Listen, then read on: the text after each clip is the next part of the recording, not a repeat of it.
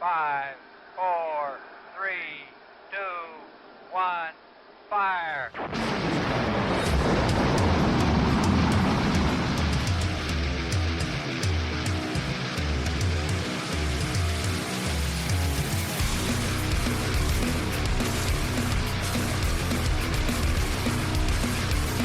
Hello, and welcome to the Indie Wrestling Experience, where we discuss all things related to the Indie Wrestling Experience. I am Bob, and thank goodness I have John back with me, John was on assignment last week, and he's back this week. Welcome back, brother. Hey man, thanks for having me back. I'm glad Rich didn't step in and take my spot, and thank goodness Lauren must have had much better things to do. So I still got a spot, man. I got a seat. I appreciate it. So, how was your week off, man? I mean, I know it wasn't a week off, you were doing a whole bunch of shit, but you did send me some cool emails earlier. Yeah, man, it was had a good time. I took a couple of days, regular beginning of the week, but then I do a car show twice a year. Take the old car out, go down to Ocean City, Maryland. It's the biggest show or one of the biggest shows on the East Coast. And they generally pull in some neat guests, a lot of stuff from the late 70s, 80s, even some 60s, old stars that are out and about. This year they had a late cancellation, and as my pictures I sent to you earlier today showed, they had somebody that we both know. One Sergeant Slaughter was in the house, so to speak, at the inlet and looking lean and mean, man. I'm telling you, he looked ready to roll. I, Yeah. uh, you know, I, you and I aren't necessarily the most picture seeking type of guys. Um, I definitely wanted to pick with Sarge. I'm not gonna lie, and that was more the kid and the toys in me back in the day with the GI Joe. Uh, but man, those tariffs must have got to Sarge because those prices he was charging. I couldn't pull the Ooh. trigger, man. You know, damn, I tell you what, he looked good in those pictures, man. He looked ready to take on Dude, Hogan he right looked real now. good, and he is so personable. He was so willing to sit and everybody that was in that line and paying to talk to him and get something signed or whatever they were doing. Dude, he could not have been nicer to everybody that was in that line. Um, so man, hats off to Sarge. He was definitely a class act, man. I just kind of stood around for a while, just basking in the glow, you know what I mean? And dude, it didn't matter if it was a little kid or an older fan, especially with the kids, man. The kids, dude, he has still got a pull on little ones. Um, Man, the kids loved him, dude. Absolutely loved him. And of course, all the dads are there, and it's like, man, it's Sergeant Slaughter, and everybody coming in. It didn't matter whether it was wrestling merch, didn't matter if it was the old action figures. There's actually a lot of new, me, I'm an avid, avid 80s toy collector. There's a Yep. lot of new Sarge figures out with the GI Joe line. Um, Really? Wow. Dude, he was all about it. Dude, I got some really cool stuff. We'll talk offline. We'll get into it. I love it, But man. I yeah, can't wait. dude, it was the highlight of my weekend. Something I look forward to twice a year, every year, and the fact that Sarge was down there and was as cool as he was. Apparently, I didn't get there for it, but apparently he made his way over to Hooters, and apparently it was a legendary visit, from what I understand. He had himself a great time over at Hooters. Go So, Sarge. you know, hey man, those young ladies probably didn't know what the camel clutch was till it was too late. Unbelievable, man. That's really cool though, man. I'm glad you got to do that. I mean, you left me here all alone to do a podcast by myself, but Hey I'll man, let I, it I slide. listened to the podcast. You and Rich did a good job, man. Rich, stick to the Rich can do it all, but please, Rich, just leave this one to me, man. You stick to the promoting and the reffing, man. Please let me have this one. Well, that's all right. He's in trouble right now anyway, Uh-oh. because of the Gabby Stevens issue. Did you get that far? Did you hear our little OKA game that we No, no, played? no, no. Yes, I did, and apparently he is never going to live that one down. Nah, Casey's You gonna. and I talked just for a few seconds on the OK game, and yeah, the only one would have gotten was the last one. So you know me, Reclusa. I am the Lucha Underground nerd. That's the only one I would have got. All the rest of those, dude, I stumped them. I was like, oh, ooh, who? What? No way. Yeah, but I did the same as Rich, man. I was like, you're kidding me. But yeah, apparently Gabby's got up for him. He's got a receipt coming his way. Yeah, he does, man. Oh man, that was a lot of fun. I wanted to tweak it a little bit, but I had a lot of fun playing that game with Rich. He knew Yeah. a lot of those guys, which so that's he knows his people. Oh, he got on a roll, man. I think you got it, and you kind of laid it out the way you did. I remember you saying that you kind of started out with the more obscure, um, the ones that you probably figured nobody was going to get. And man, I don't know if I could have got that with Wikipedia. So, yeah, but once Rich got on a roll, man, I mean, Rich knows his stuff, bro. That guy is pretty dang amazing. He is. I sent what was I gonna say? Oh, he messaged me earlier. Did you see SmackDown this past weekend? Dude, I have been in a haze all week, so I am a week behind on everything. No, that's cool. I haven't watched it either, but he sent me a message saying that during the Fraxium match, he was losing his shit about the referee doing something that he was talking about on the podcast. So I want to go back and watch it. Oh, I wonder if it was the count like he was talking about with the arm. I'm pretty sure it is. That's kind of the sense that I got, but I got to go Oh, back and see it. Let's see. So while you were gone this week, let's see. We get some news to go over here. I threw a bunch of shit against the wall, honestly, to see what would stick because there's a lot of like little stories this week, right? But like we didn't right. watch anything big. You were gone, so the first thing that popped into my head. Oh, I should have started with. No, let's do that. The list of the AAA. So there was a list this week of the Oh, AAA talent that is being retained or already signed with WWE. The most notable name on that list for American fans is Alberto Del Rio. The other ones on there, another Hijo del Vikingo. Obviously, a lot of people have seen in AEW and Ring of Honor. La Parca is the hmm new La Parca. I think the third version of this La Parca. And the hmm other folks I'm not too familiar with. Well, let's start with Alberto Del Rio. Where are you on Alberto Del Rio in general, and what's your thoughts on him being a part of um, WWE potentially? as a talent, Alberto Del Rio is probably at least a top 50 talent all time that I've seen as far as in-ring skill. And granted, I'm only going back. Let's just say going back to what you and I know, early '80s on. He's amazing. I mean, he's great.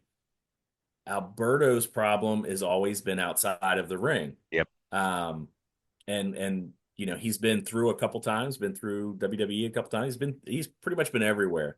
Um, I really hope that he's got his stuff straightened out because I love Alberto Del Rio. I think he is one of the better heels and can be one of the better heels out there. There's a lot of good matches for him to have. Um, I just hope he can kind of keep his ego in check. I think it seems, and granted, this I'm only going off of what I read off of dirt sheets and blogs, things like that. Same as you. Um, I just hope he can keep everything in, and this becomes his run. This is his time now. He's definitely on the older side of things, but there's a lot of that guys in their 40s now. That's seems to be the renaissance for these guys, and I'm really hoping that he gets that. Yeah. Yeah, I am not a big Alberto Del Rio guy from WWE stuff, the Impact stuff too. Hmm It's not that he's a great performer, and you're right, he's an all-time heel, no question. My thing in WWE was more the booking. I mean, they basically tried to make him the new JBL, and to me, that hmm I don't want to sound it sounds stereotypical. This is probably the terrible way to say it, but I mean, they almost might to make him the Mexican JBL.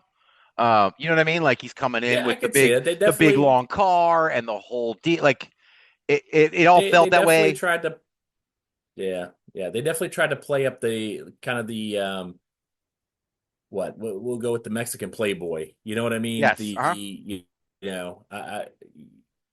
I've got the cash, and I'm down here wooing the women and living the fine life, and you know what? I now I decided I want to conquer wrestling. Yeah.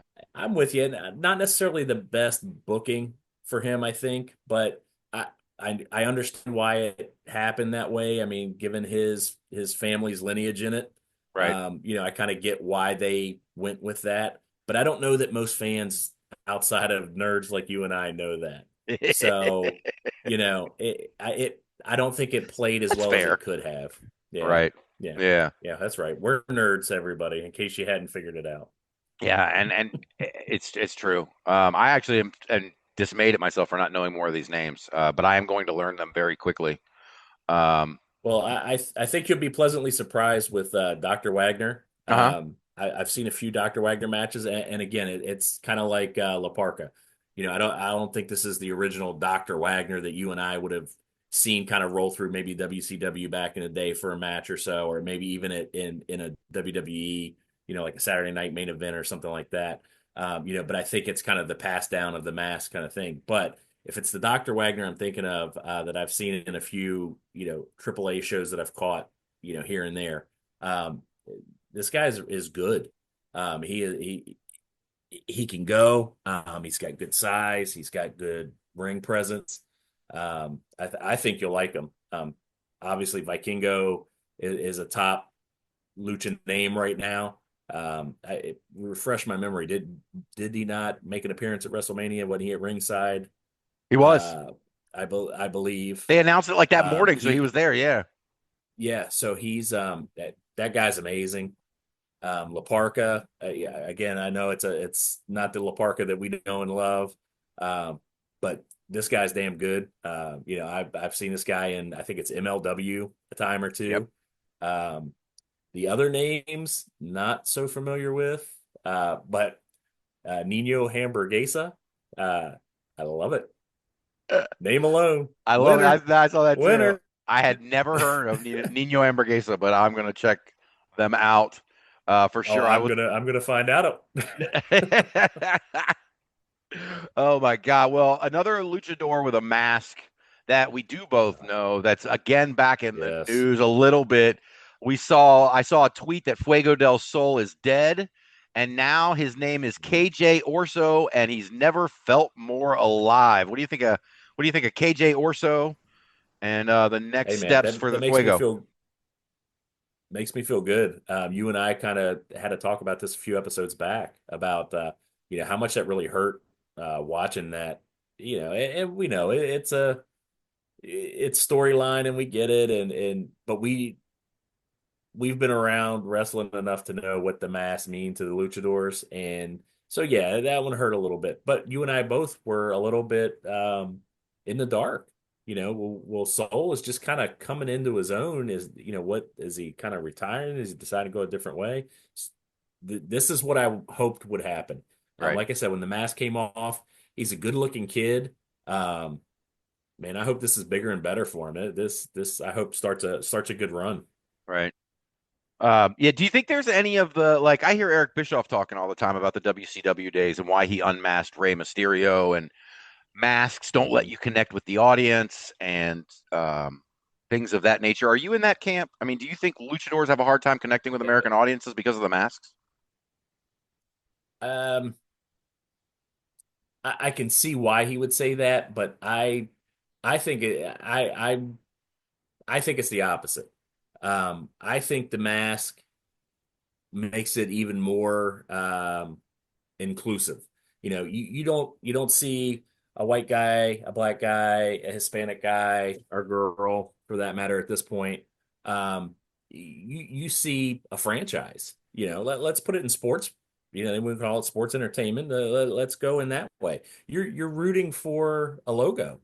That is your symbol. That mask is the symbol, and what that mask, for the luchadors and for their fans comes, what it represents. It represents a style. It represents the morals and the attitudes of that luchador. Yeah, I've got to disagree with Mr. Bischoff on that one. I think there's a large contingent that it helps them feel even more connected. Right. Yeah, and I feel the same way. Like I've never thought I don't know. I thought Rey Mysterio. I mean, Rey Mysterio in WCW. He's a good-looking guy, right? So he could connect with people, but I never felt like he Hmm. connected more after the mask was off. Um, I always No, felt like Ray was a I guy who was going thought to connect with her without a mask because he's Ray. absolutely. But I mean, disagree with me, agree with me, whatever. I think Ray had a harder time once the mask came off. I think it really kind of slowed the momentum he had built, especially, man, coming out of ECW so hot, and hitting WCW like he did. It just kind of slowed things. Everybody was so used to that mask. That mask is iconic, man. I mean, Ray's got probably the most, or if not one of, if not the most iconic mask. If you just show a picture of a bunch of luchador masks, 90%, 95% of fans are going to pick out Rey Mysterio. It's the Dallas Cowboy star. It's the logo. It's the mask. Right. When it came off, I think that disconnected him from a lot of fans. I think it probably did too. And you mentioned the mask being recognizable. And I know he's been around a long time. We've been watching him for a very long time, the both of us. But I think Penta is on his way to having that mask now. I think he's the next generation of recognizable mask. Like his mask stands out above everybody else's that's around right now, except maybe Bandito. Bandito's got obviously the unique thing with the Bandito's got that unique mask. I don't know. Gran Americano, he's coming up in the world. Did you see he just won the speed title last night? I did. As I hang my head, yes, I did. Sorry, I had to take a second there. We got our guest. Man, I really didn't intro this show at all. I was so interested in hearing about your week off. We got Tully Bertorelli coming up here in a few minutes. Tully is going to face Sampson, friend of the show, Sampson, at Marquette Mania on May 17th for the UPW Heavyweight title. He was just messaging me about coming in to do his interview here in a few minutes. Before we do that, I saw a couple of matches announced this week, John. Defy Final Fantasy. It was announced Minoru Suzuki is going to take on Joey Janela. What do you think of that? When I saw that, I was like, I'm just going to put this match here and see what John thinks. Damn. I'm going to say somebody's going to need stitches. Somebody may not wrestle for 6 months or so afterwards. But by God, is that going to be a fun match to watch? Yeah. It's going to be, did you ever get to go back and watch the Butterbean fiasco? Yes. You did. Is it negative 487 stars like Dave Meltzer said, you think? Maybe 480. I don't think I'm as bad on it as Meltzer. But it was a mess. I didn't feel good after watching it. No. Wait, does that mean you also watched the sing-off with Mickie James? It was everything it was hyped to be by Mr. Bob Richards. It was bad. It was amazing. It was bad. So yeah, it was so bad. It was kind good. of way. Right. It was so. Oh my God, I love Mickie James, man. That whole show was just unbelievable. I felt bad for Minoru Suzuki, but I didn't necessarily feel bad for Mickie James. She started that shit. Hey man, sometimes you get what you ask for, and it's not what you wanted. No shit. The other match I saw this week, House of Glory is waging war this weekend, and I can't believe I didn't have that on the preview for the podcast. But they announced the headline is going to be Mike Santana defending the HOG title against Cedric Alexander. That's going to blow the roof off, isn't it? Dude, I am so down for that. I mean, I've talked endlessly, in the episodes that I've been on so far of my love for Mike Santana. And Cedric Alexander now kind of getting out from under the WCW umbrella. I think we're going to get some of the old Cedric Alexander back, and that is amazing. So there is going to be some hard hitting wrestling going on. I can't wait for a lumbar check or two, and let's go. Yeah, I'm looking forward to that. I'm wondering if I didn't even look. House of Glory is usually on Triller. Is it on? I wonder if it's on Triller this weekend. It's going to take forever to pull up while I'm doing that. But yeah, I like House of Glory. I've seen a couple of House of Glory shows recently, man. And Santana's matches, He had one with Mustafa Ali a couple of months ago in Chicago, and then they just redid it at the TNA I pay-per-view a remember you couple weeks telling me ago. about it. And both of them were just off the chain, man. Like Mustafa Ali, with you talk about the WWE umbrella. My God, Yeah. I mean, a guy who can just flourish outside of that umbrella is Mustafa Ali. He's incredible. Yeah, it is. It's I on. agree. Is it on Triller? I'm Yep, gonna try to nine catch that o'clock one. Friday. You and I, kind of sit here and espouse our worries about the evil empire and the takeover and everybody becoming, WWE talent. Um, and while there are people on the indies, I believe that will benefit from that and really flourish under that. You have certain guys that I'm not going to say they wilt under that, but they're stifled under that. Mhm. And Mustafa Ali, Cedric Alexander, um, one of the guys that just couldn't quite figure out his footing. And I'm in AEW, and that I'm not gonna lie, I'm not real happy. I'm glad he's back if that's what he wants to do, but booking wise, I just have no faith in what they'll do with him. Is Malachi Black? Mhm. Um, he's just a guy that to me is just suited for the non WWE style. I agree. But hey, fingers crossed. Maybe under this new management, under Triple H's new kind of initiatives, maybe good things will come. But there are certain guys that just they really flourish out from under that WWE light. Yeah, they do. You're right, and it's crazy to see some of them some of them just fall flat on their face when they Mhm. when they leave that when they get out from under that umbrella, and then some of them just flourish, like you said. I am also interested in Malachi Black, Aleister Black, um, because I don't know. I was really never a big fan of his when he was here the first time. I know that makes people crazy when I say that, but like I just don't. And maybe your thing is the thing that I'm like. Maybe it's just because he didn't fit in WWE to me or something. Like the entrances were cool, the NXT entrance with him raising up out of the dead, the whole deal, like that was pretty cool. But I never felt like it made a whole lot of. I can't put my finger on it. Maybe you're right. Maybe it's the WWE style doesn't fit. But then he goes to AEW and they don't Yeah, really use him, so we never really get to see what that's about. yeah. And that never made sense to me because AEW is where I would have thought he would really kind of really blow up. Mhm. And that whole group, man, him and Buddy Matthews and who was it? Who's the big boy that was with him? Oh, Brody King. Brody King. God, rest his soul. Like, all I wanted to say was Brody Lee. Oh yeah, Um, Brody King. All three of those guys just man, you put them on the indies and I mean, look what Madman Fulton's done. You telling me Brody Mhm. King couldn't run roughshod and just show up somewhere and just holy shit, he's here. Um, eh, eh, yeah, some of these guys, like you said, man, it's just it's where is their style and their gimmick suited to, Mhm. and can we translate that to a bigger venue with a little more rules and a little more corporate style? Mhm.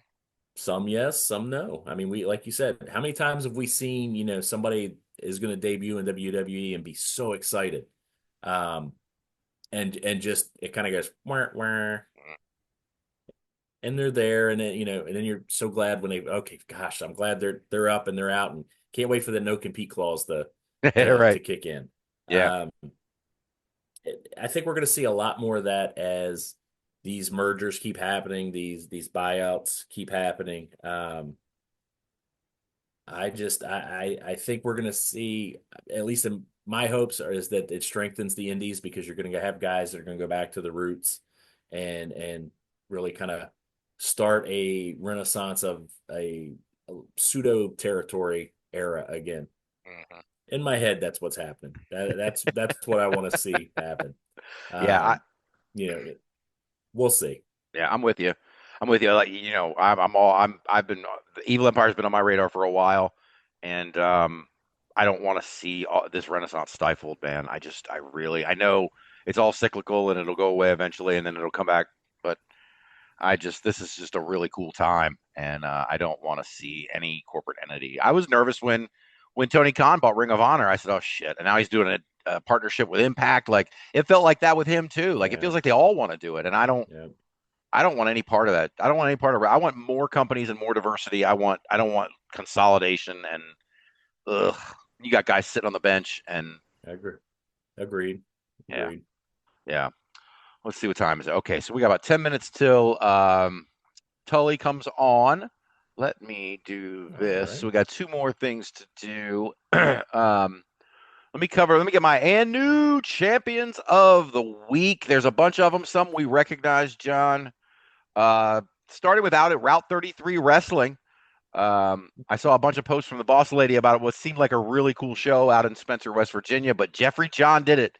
He beat Gorgeous Morgan Taylor for the open weight title. Long live the babushka, Jeffrey John.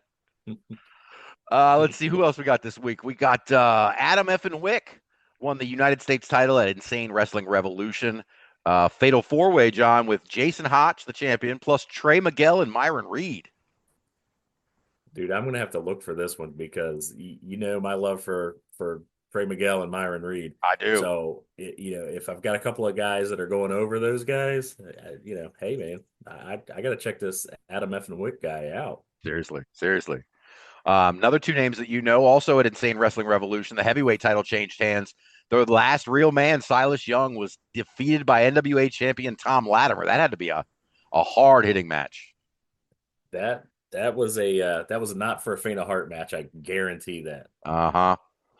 The next one, our buddy Draven. I copied this from a post that Draven made because he worked for Lucha Libre Promotions in DC this past weekend, where they crowned a new heavyweight champion as Robbie Romero defeated Johnny Santos. What else do we got here? American Academy of Pro Wrestling, which I didn't know much about before, but they crowned 2 new champions this week. Nor Ironhide won a fatal 5-way to take the social media title off of Uncle Buck. And Prince Karaoke won the Americas title, defeating Travis Cootie. MLW. I didn't see any of this show, but Los Depredadores won the tag titles from Cozy Max, and Ultimo Guerrero won the national openweight title from Matthew Justice. I think this is showcasing how little MLW I've watched recently. Dude, I am very out on MLW right now. And I know. That's nothing to do with them. It's just, dude, I don't have time. It's so much wrestling. I've got to find more time.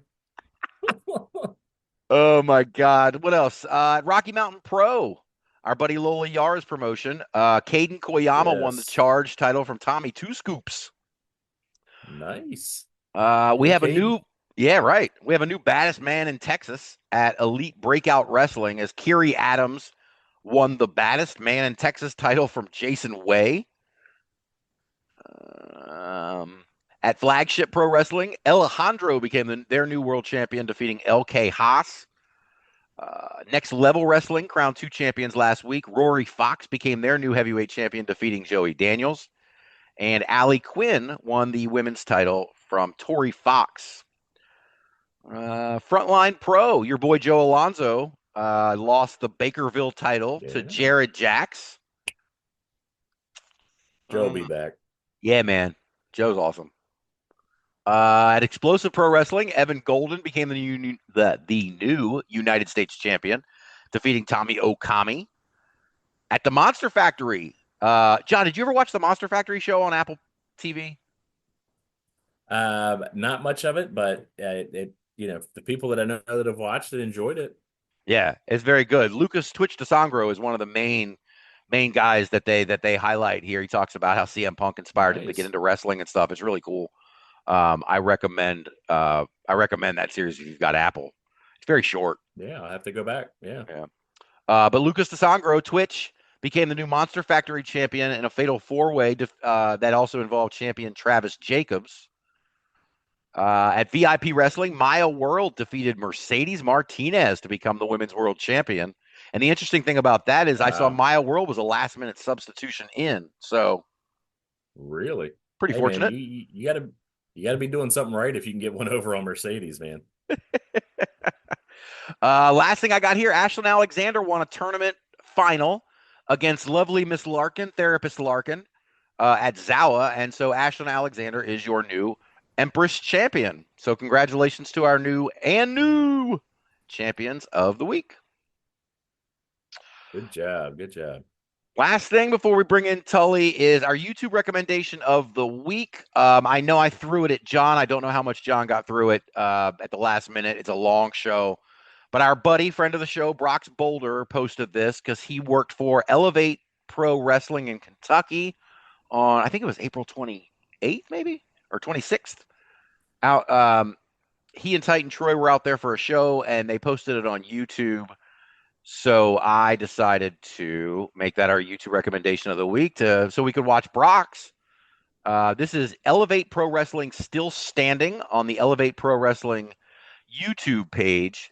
6 matches. They all got plenty of time. The first match featured some guys that we've talked to. John, Lifeguard Ross. I got to see Lifeguard Ross in action finally.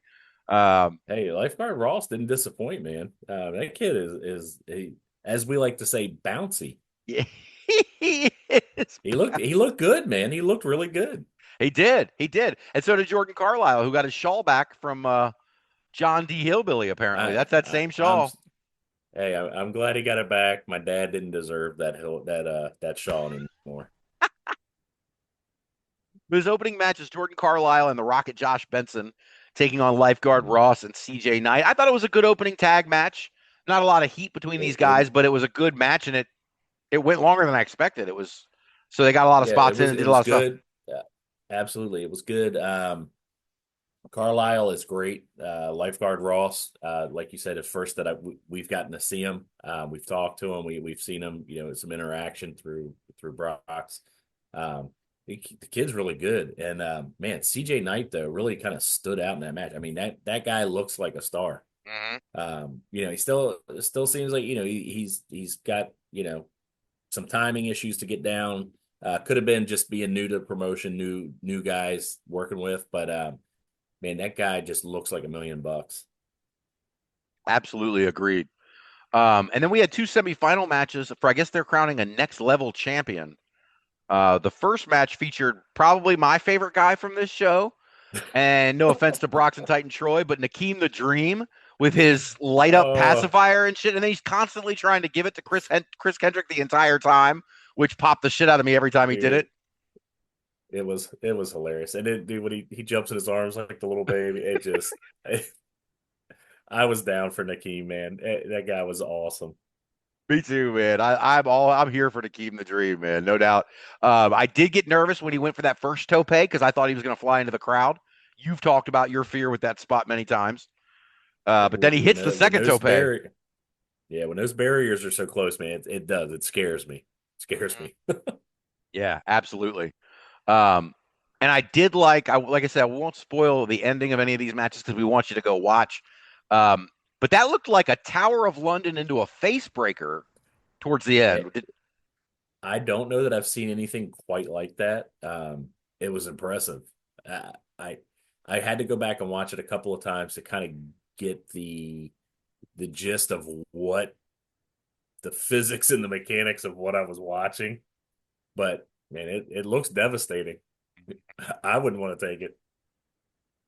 I'll skip ahead though to because we have a match in between, but the other semifinal match is Zach Apollyon versus Ross Bray.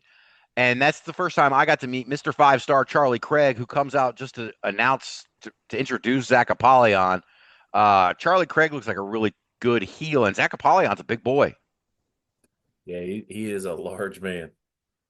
What did I see? Let's see my notes from this. Oh, dude, I don't care. The F5 is just a beautiful move. I'm not going to say anything more than that, but it was a beautiful F5. I enjoyed. He executes it very well. Mm-hmm. Yeah.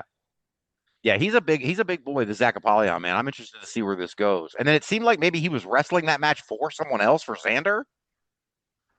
Yeah, I wasn't quite 100% sure, but I enjoyed it, man. It like you said, I like a big boy against a quick boy, and it was a great match for that. It was. Let's see. Oh, the match in between was an intergender match. I hadn't seen too much of Ethan Heyer yet, but I was impressed with him in this match against Neon Enigma, who seemed a little green to me, but I thought she did a good job. Yeah, I agree. Seemed very green, but sold well. They told a good story, and Enigma, man, absolutely took everything that Ethan had to throw.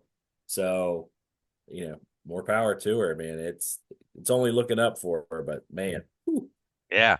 took some Uh, shots, took some was real shots. was he thrusting behind her on purpose like that?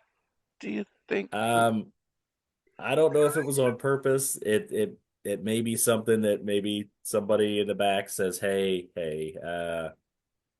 that maybe not that, but it seemed a little uncomfortable. But I mean, hey, I'm an Uh, old man. What do I know? I was like, is he doing? I'm like, my head kind of turned to the side. I'm like, what's happening here? Ethan taking some liberties. I'm just Um, glad it wasn't just me that kind of went, yeah.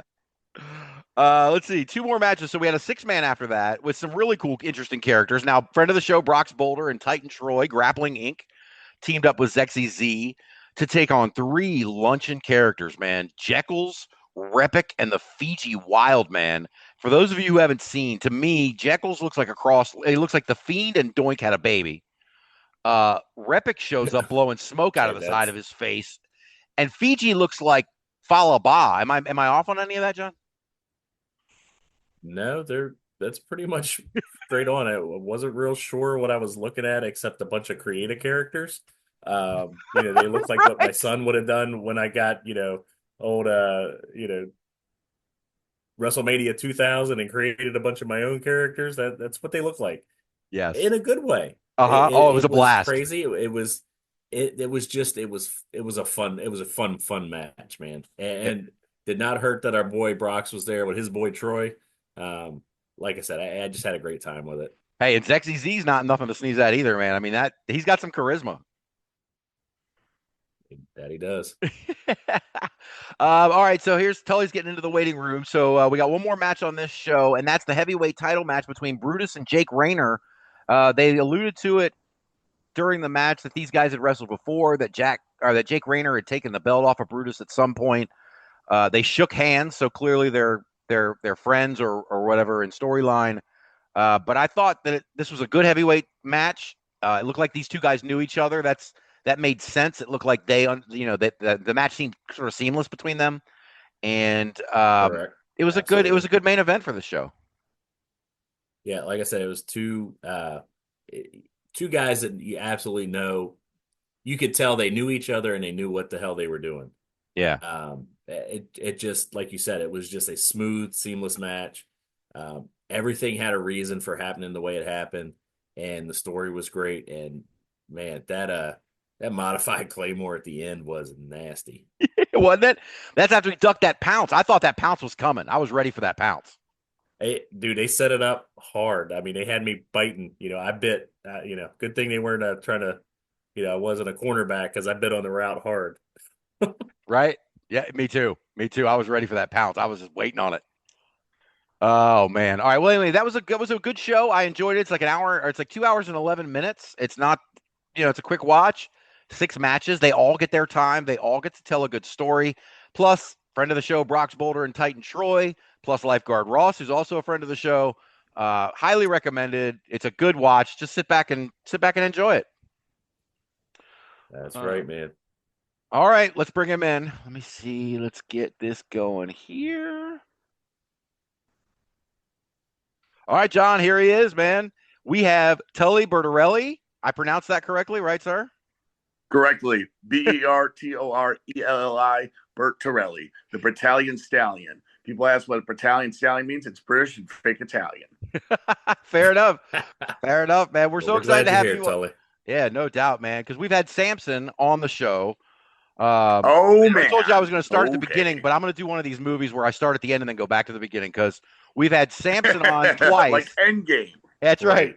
And he's had plenty of opinions about this match you've got with him coming up May 17th at Marquette Mania. And I don't know if you've heard some of those opinions, but I'm sure you've got some opinions about Sampson yourself, man. What do you think about this match coming up? You know what? I have been doing this a long time. And for Sampson's short time of doing this, I got to give the man props for being only, I think he's 3 or 4 years in this business or the squirt circle. But he said to me once that he's on the ladder of UPW. I'm on the mountain of professional wrestling. So he's got a long way to go, but I'm going to give him props. And the thing is this, I attacked him for a reason in Las Vegas to make a statement that I am not a kid anymore in this business. I am a man, and I'm up against another man. So him and I are, I know he's training hard. I've already lost. I went from being 300 pounds. I currently weigh at 260. And hopefully at Marquette Mania, I have the body of Rick Rude or Hunter Hearst Helmsley. Because I want to show people that two guys can go at it. It's going to be a slobber knocker for sure. Wow, man. Yeah, we've been looking forward to this ever since. Sampson kind of hinted that it might be the thing that was coming. And then when they announced it, we were like, oh, shit. Marquette Mania is going to be off the hook. Yeah. Yep. So, am I allowed to swear, by the way? Sure. Absolutely. Yeah. All right, cool. Awesome. If you like. Sure. I mean, my friend John Bowler always counts how many times I swear on podcasts. So we'll have to get a little counter going up. But no, we're totally fine with it, man. So tell us. So like I said, since this is the first time you've been on the show, we'll do the thing. Tell us about how you got into wrestling and where your journey started. So I started watching wrestling probably so I'm 37 in real life. In human years, in Tully years, I'm only 17. But I started watching wrestling probably in 4th grade, but I was introduced it with a show called Thunder in Paradise, starring Hulk Hogan. Oh, yeah. So I knew who Hulk Hogan was. I knew who that was. And I used to play WrestleFest, the arcade game. I used to play either as Road Warrior Animal or at Road Warrior Hawk. And my tag partner was Ultimate Warrior. Don't ask me why. I don't know why we did that.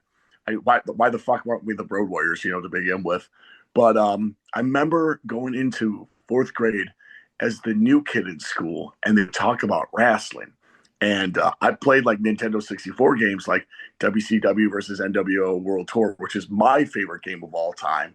Yes. Because I remember fighting like Hulk Hogan, Kevin Nash, Scott Hall, Six, and I was always Paco Loco. I remember playing Warzone against like Bret Hart and Owen Hart. And I remember they were talking about wrestling. And I was like, oh, yeah, I remember the steel cage match against Bret Hart and Owen Hart. Not knowing that was real life. I was just playing the video game. I was the new kid. I was the kid that hit puberty before everyone else, okay? I was nicknamed The Undertaker. I mean, you're talking to the kid that was 5'10" in 5th grade, okay? Right. Yeah, I believe it. And then I always remember prior to wrestling, I either wanted to be Batman, Michael Keaton, Quinn Manley from Sliders, Indiana Jones, or Chris Farley. Well, there's And then when I watched professional wrestling for the first time, it was when Mankind took off his mask and told Triple H, you're not going to fight me as Mankind. You're going to fight me as Cactus Jack. And I thought that was the coolest thing ever to see that. And the Radicals debuted, like Chris Benoit and Dean Malenko and Barry Sanders and the late Eddie Guerrero. And like just seeing that energy, I was like, I want to do that.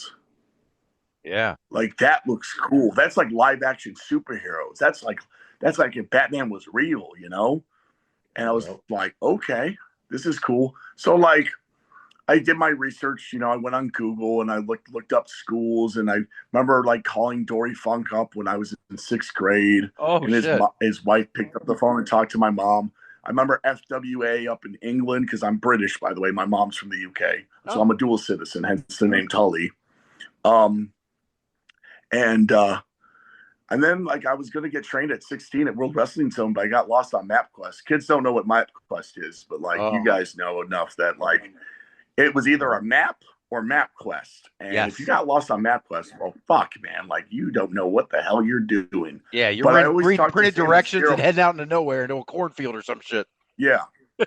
So, in between high school, I would talk to Sam DeCiro from Windy City Wrestling.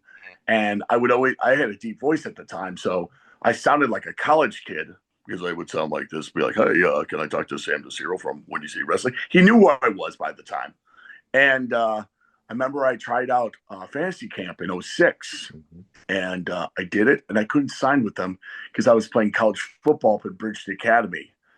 And it was funny, too, because at the time, AWA Slam at the time, because around the 2000s is when AWA was doing their own thing with like Dale Gagne was like popping up like sister companies like AWA Slam, and I saw a seminar for Colt Cabana for $50 for psychology.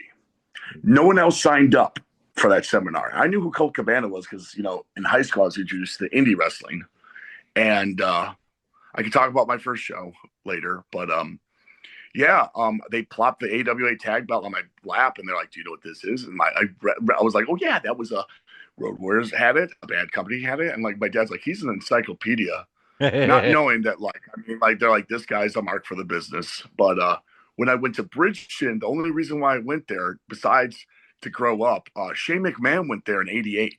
Oh. Okay. And I wrote him a letter, and he wrote me back and said, "You want to get in the business or the ring?" And I replied back. I never heard back, but throughout my whole time at Bridgeton, I was in the alumni office calling up World Wrestling Entertainment to see if Shane McMahon would like to donate money to the school. And so then when I was 20, I was going to train at Windy City, but then I went with Steve Boz, and I did that for a while. And then I got picked up to ref with Tony Scarpone and Pro Wrestling Blitz. And then I met my mentor at the time, which was Wildman Beast, wrestle for AWF, and he was a carpenter for WCW. Okay. And I just been doing it on and off. I mean, I quit, came back, did tons of characters. Everyone always knew me as the man with 1,000 faces or gimmicks, but I say faces because I like the name better than that, you know. And 37 now, and it just started. This year alone has been a blessing for me.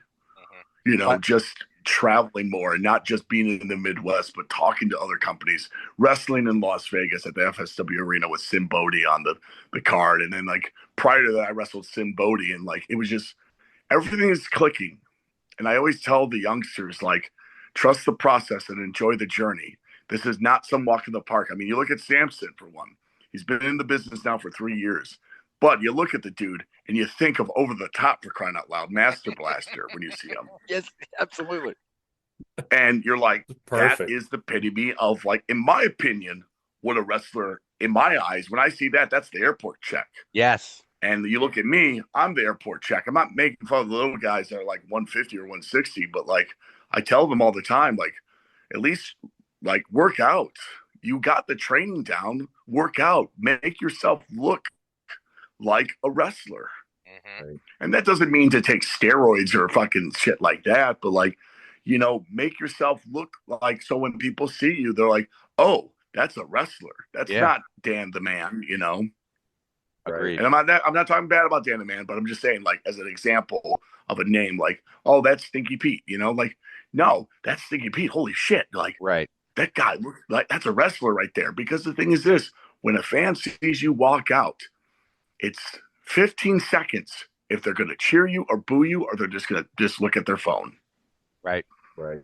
Absolutely. Yeah. John and I always talk about, I have a big thing with entrances.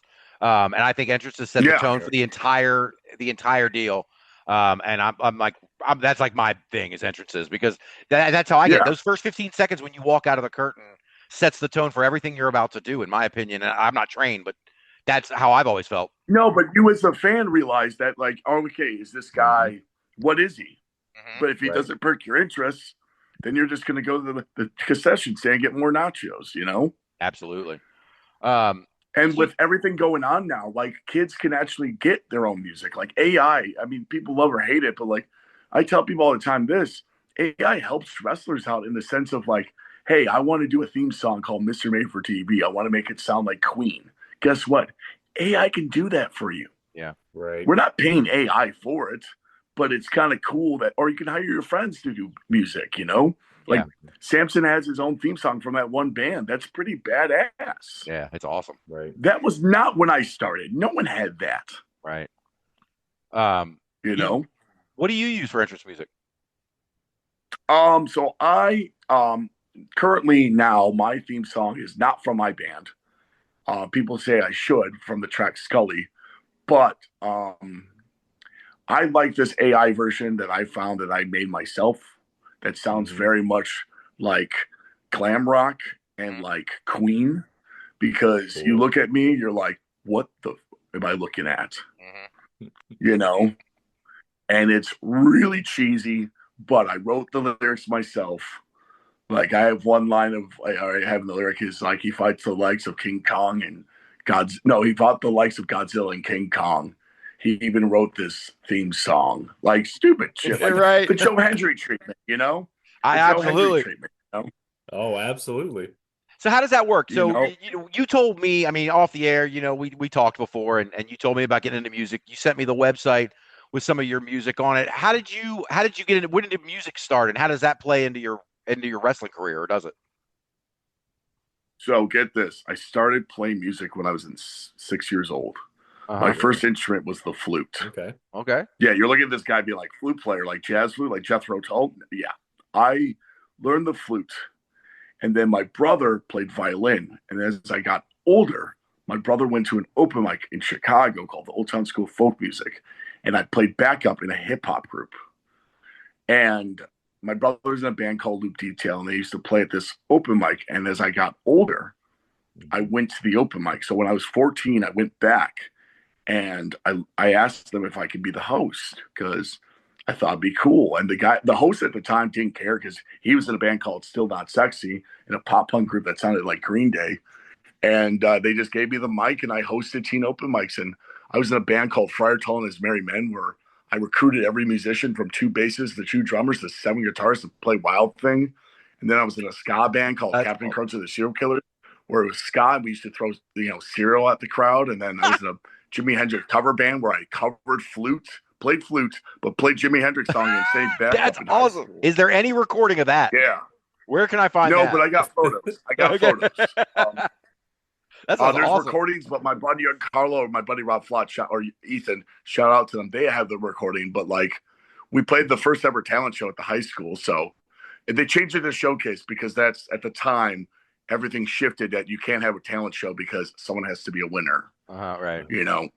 That's my generation, but yeah, I love doing the open mics and that's how I got to, I got into being public speaking and I did spoken word and everything like that. And it's everything everything that has come to point with my wrestling career goes back in time with my artwork, with my acting, with my music, like everything happened for a reason. I went to college at Lynn University to be an actor. My parents wanted me to be an animator. And I asked the college counselor, what are the likelies of me getting on Pixar? Right. Like, you're in the wrong state. Because it was Lynn University in Florida. Mm-hmm. And I decided, I'm like, well, I'm not going to do journalism. I want to be a cartoon voice actor because I can mimic my voice in weird voices. And they're like, well, why don't you major in theater? And so I did theater and I moved back to Chicago. Still did training in wrestling at this time, but I studied at the Improv Olympic in Chicago and did that. And then I did fun background work. I remember telling the guy to be quiet on set and he turned out to be a stunt guy and I got my union card for being a stunt man. So everything happens for a reason in life. We go through highs and lows, but you just got to trust that process and enjoy that journey. Right. And I just tell people, like, my dad always used to say to me, like, do everything in life. You never know what you're going to get picked up on. Mm-hmm. Like, learn how to draw, learn how to dance. Like, my mom put me through dance, which is weird. But, like, learn how to dance, learn how to make music. Like, John, open your brain. Everyone has talent. Sorry, my mom was a dance teacher. My mom was a dance teacher, and I have performed recitals myself. Everyone has a niche. Yes. Absolutely. Tully, what's awesome with that is, it sounds a lot like I always told my kids growing up that don't pass up on opportunities. Try it. Right, of course. If you don't like it, what did you miss? What did you miss? Okay, I don't like it. But you might find something that you absolutely love. And they found niche things here and there. So the fact that that's how you went through life, man, that's freaking awesome, bro. Yeah. Props to my mom and dad for that, man. It's awesome. You know what I keep hearing, though, as he's telling this, John, is I keep hearing our story as children leading all the way up to the point where he actually does shit about it, and we just talked about doing shit about it. That's where our paths diverged. But I'm like, this sounds just like but you guys are right doing up to the point where You're doing a podcast. Yeah, we're doing it. You're doing a podcast. Right.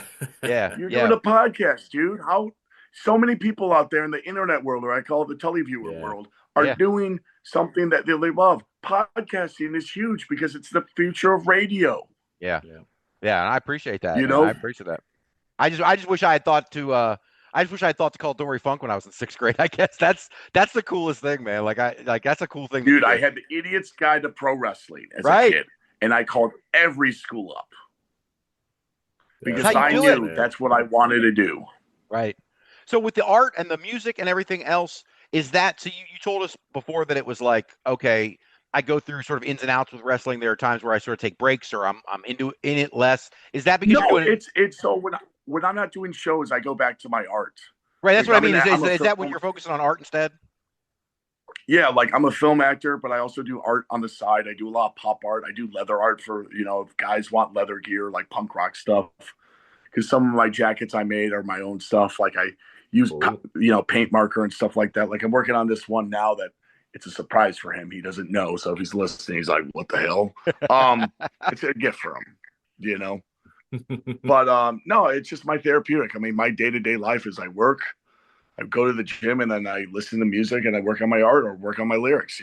Right. That's cool, bro. Yeah, that's awesome. Now, you mentioned acting and But being a film actor. Is there anything that you could point us to that we've seen you in or got something coming up? yeah, but I mean, like, so I can plug in Weekend Deadaway, but before that, I'll plug in Chicago Rot, which is on Tubi. But Okay. I've been on a lot of stuff. Like I've been on Fargo, I've been on Chicago PD, I was on Empire, I was in a movie with Machine Gun Kelly called Captive State.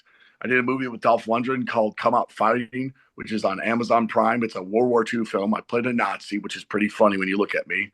Yeah. But I did stunt work to get my union card, which was really cool. So I give a big shout out to like Brian Christensen and the rest of Midwest Stunts to give me opportunities like Marty Murray and Eddie Fernandez and everything like that. And it's just part of the journey. But like, yeah, I mean, like I love acting. I mean, like I put it this way. In 2029, I hope I make a living doing movies and TV, but also wrestle. That's cool. Let me wrestle because it's my sport. Right. Yeah. Nice. So is wrestling yeah. is wrestling the first love or is art the first love?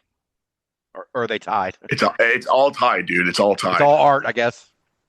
Yeah, right? It's all art. It's all misdirection, Right. Yeah. Absolutely. No doubt, man. And that's really cool. And shoot, what was I gonna say about that? Oh no, the drawings. So you sent me a bunch of this pen and marker stuff that you did as well, and those are some really cool drawings. How much of the art of the drawing do you do? I don't know if it's the wrong way, but I basically learned art from my father because my father was a printmaker in the 70s and 80s.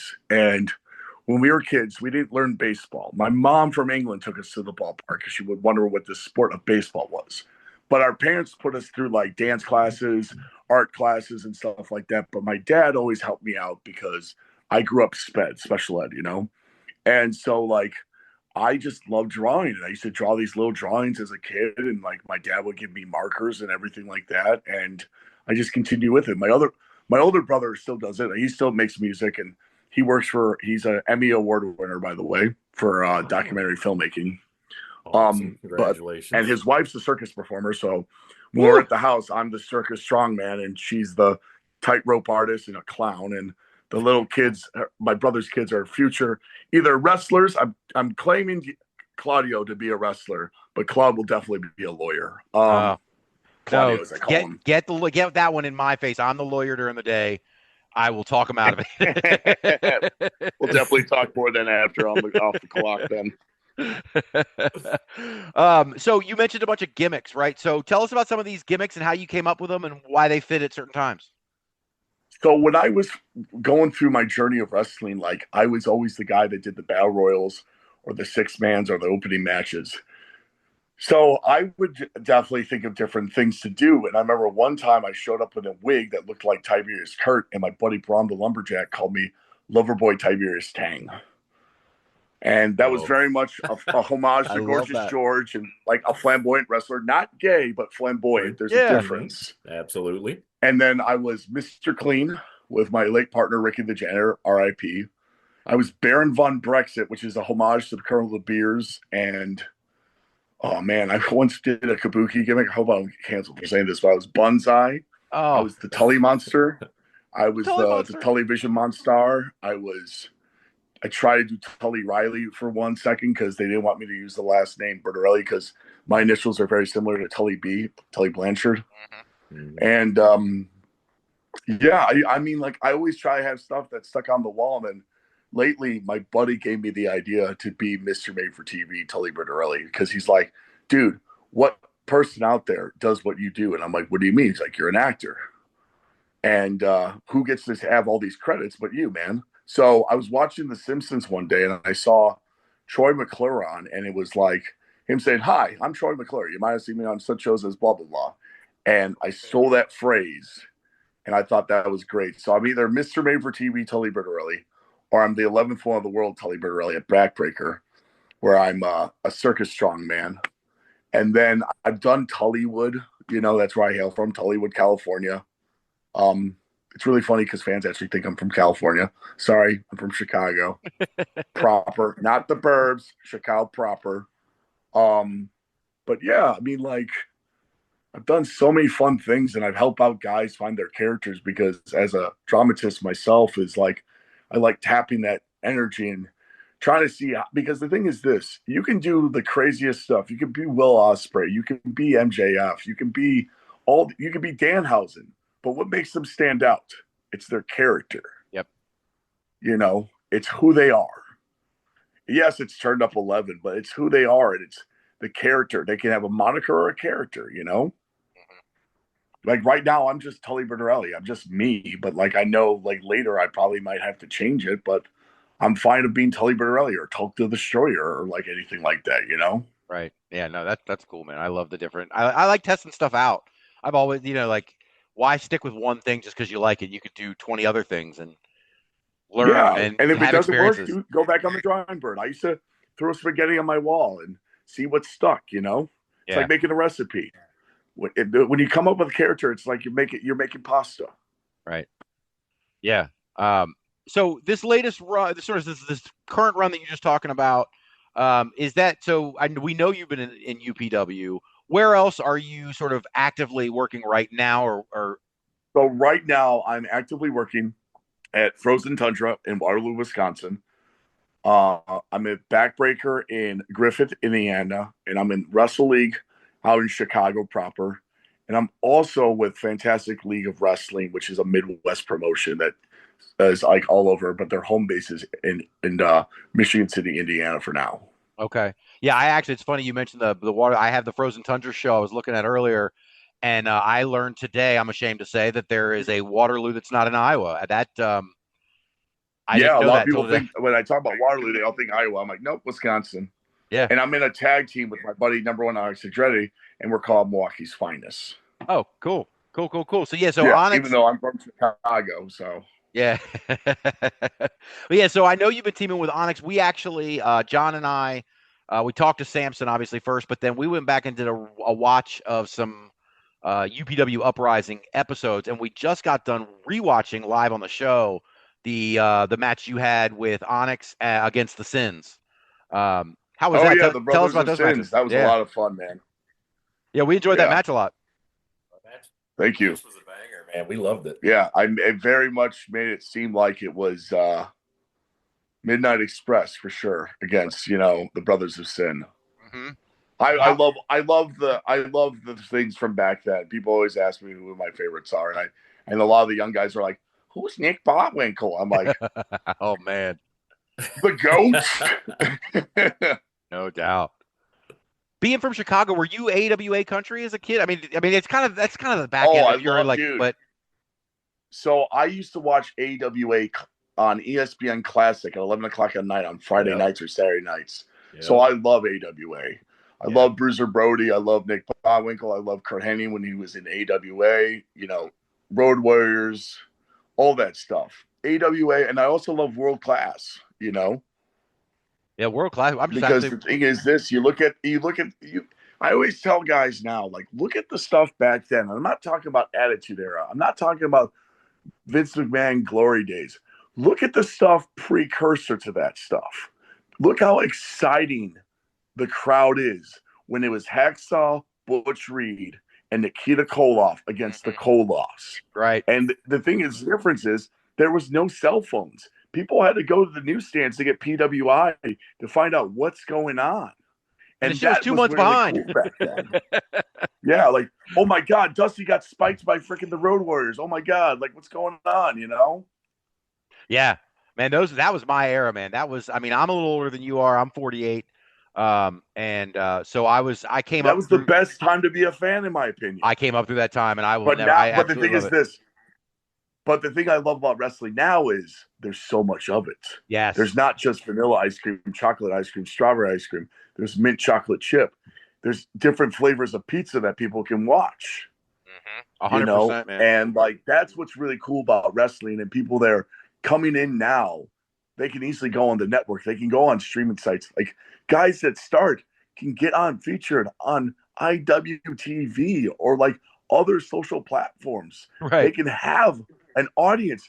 Like I find it funny. According to Google, I'm a public figure. No joke. You can look my name up and look up public figure right now. And what I find funny is you can go and watch anything from anywhere just on online. Yep.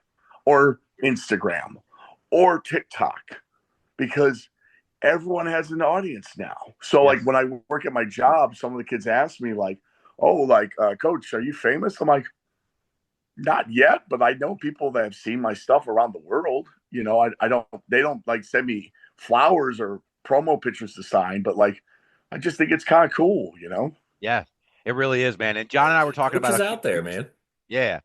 John and I were talking about a few weeks ago about missing out on we were never tape traders, but the whole tape trading phenomenon, I these wasn't kids don't either, know anything man. about it. I thought they were the coolest thing ever, you know? Yeah. Yeah, Tape trading now is the Vine video on TikTok that's 15 seconds long of Tully smacking the face of BJ Porter, you know? Yeah, it's nuts. I mean, when I was a kid, you had to go down to the video store. This is before Blockbuster. This is Errol's, John.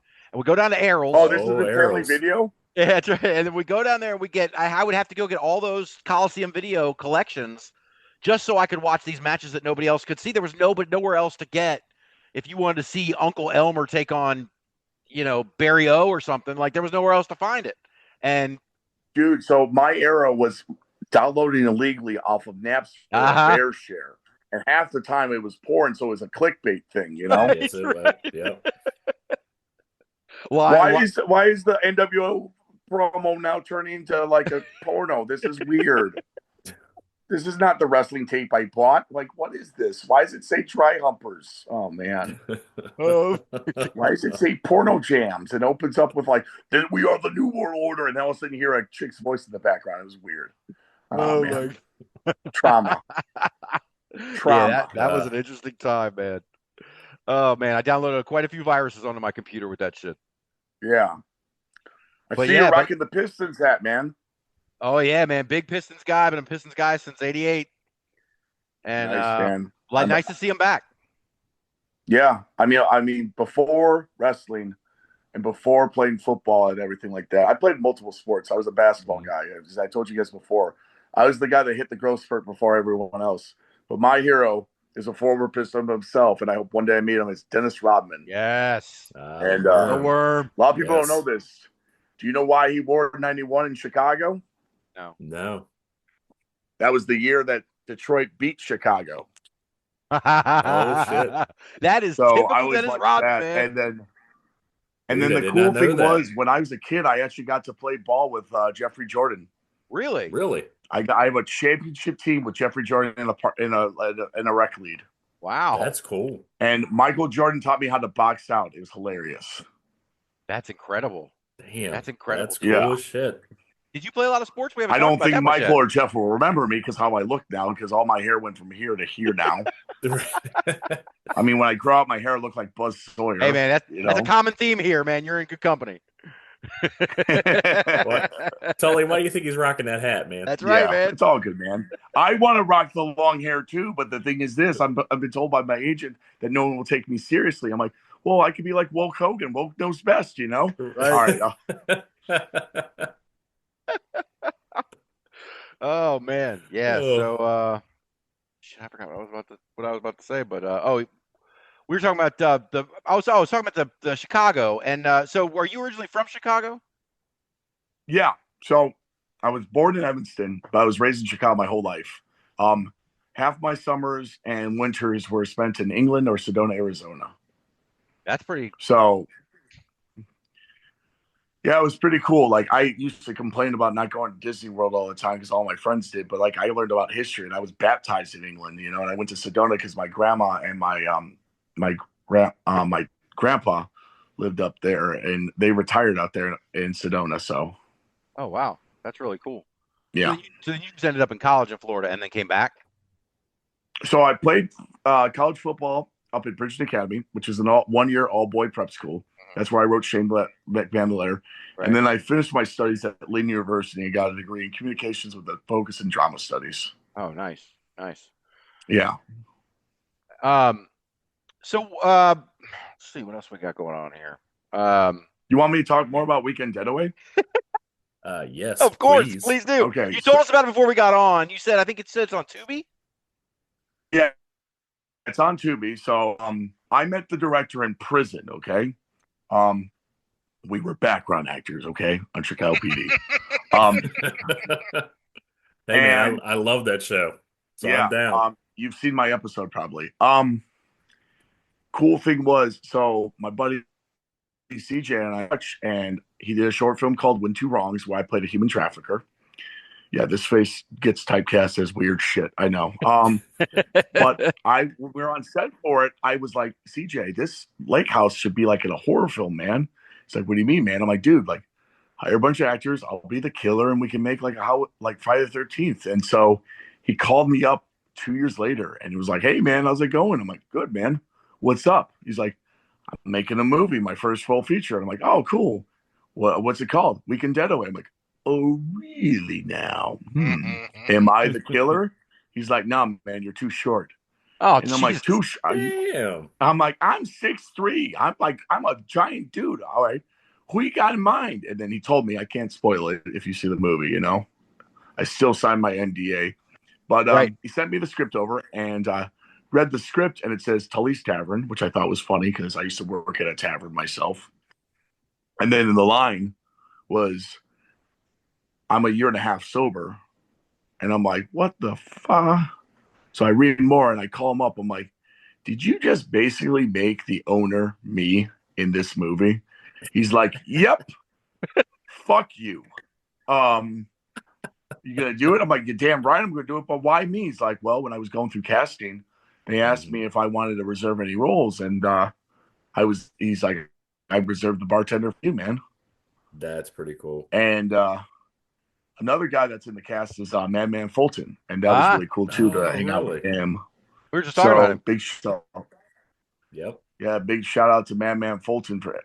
I got to meet him and we got to work out, and it's just an awesome experience. One of my tattoos says WD on it for Weekend Deadaway. You know, it was one of my first movies where I actually had dialogue, because in stunts now it's coming that more guys and girls are getting lines and roles for stunts, but like this was my first real big movie, and it was just really cool.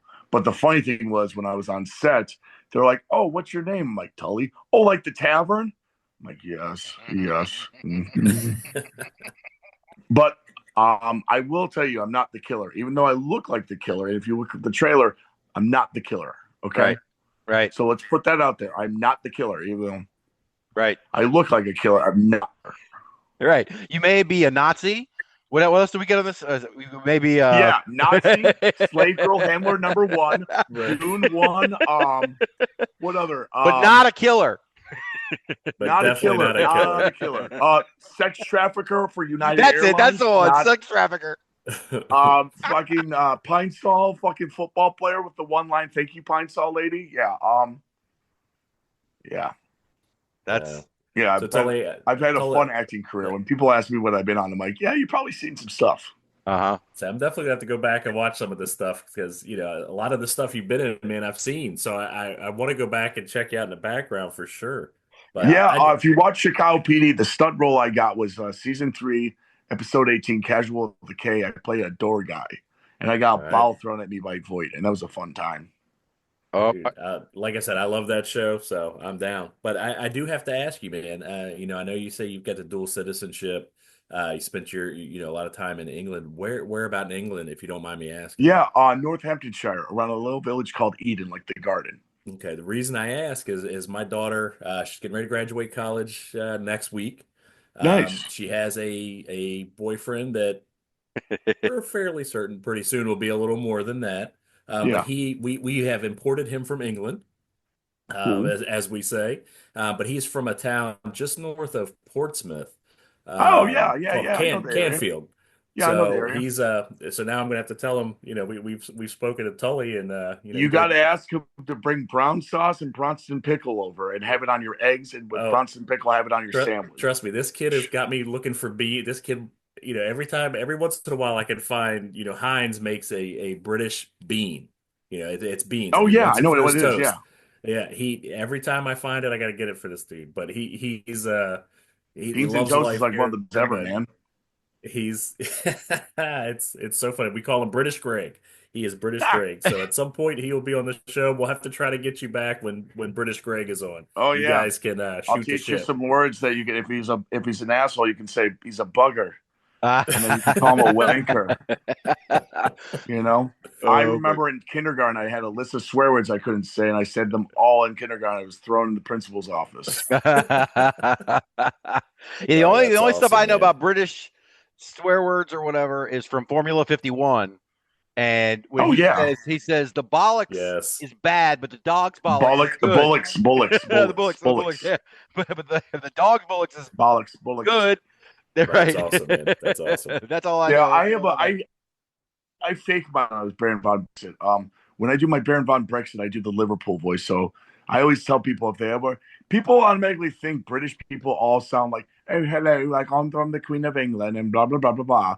And I'm like, not everyone sounds like that. It's just like the United States. So when I do like Brexit, I do a Liverpool accent because I mean I listened to the Beatles when I was a kid, so I would always be like, Right.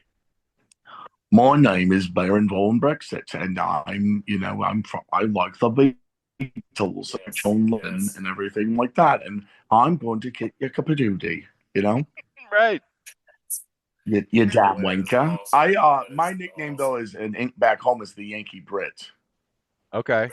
so that's Yankee for American, Brit for being British. Right. So when I'm out there, That's they're like, awesome. oh, and then the thing I laugh about is when people know my last name is Bertorelli, they're like, are you Italian? And I'm like, that's just a long story by itself. But like, I celebrate more my British heritage more than my Italian heritage. So because I always tell people, what 6'3", 6'2" Italians do you know? Right. They're all farmers and they're all little. I'm not, no offense.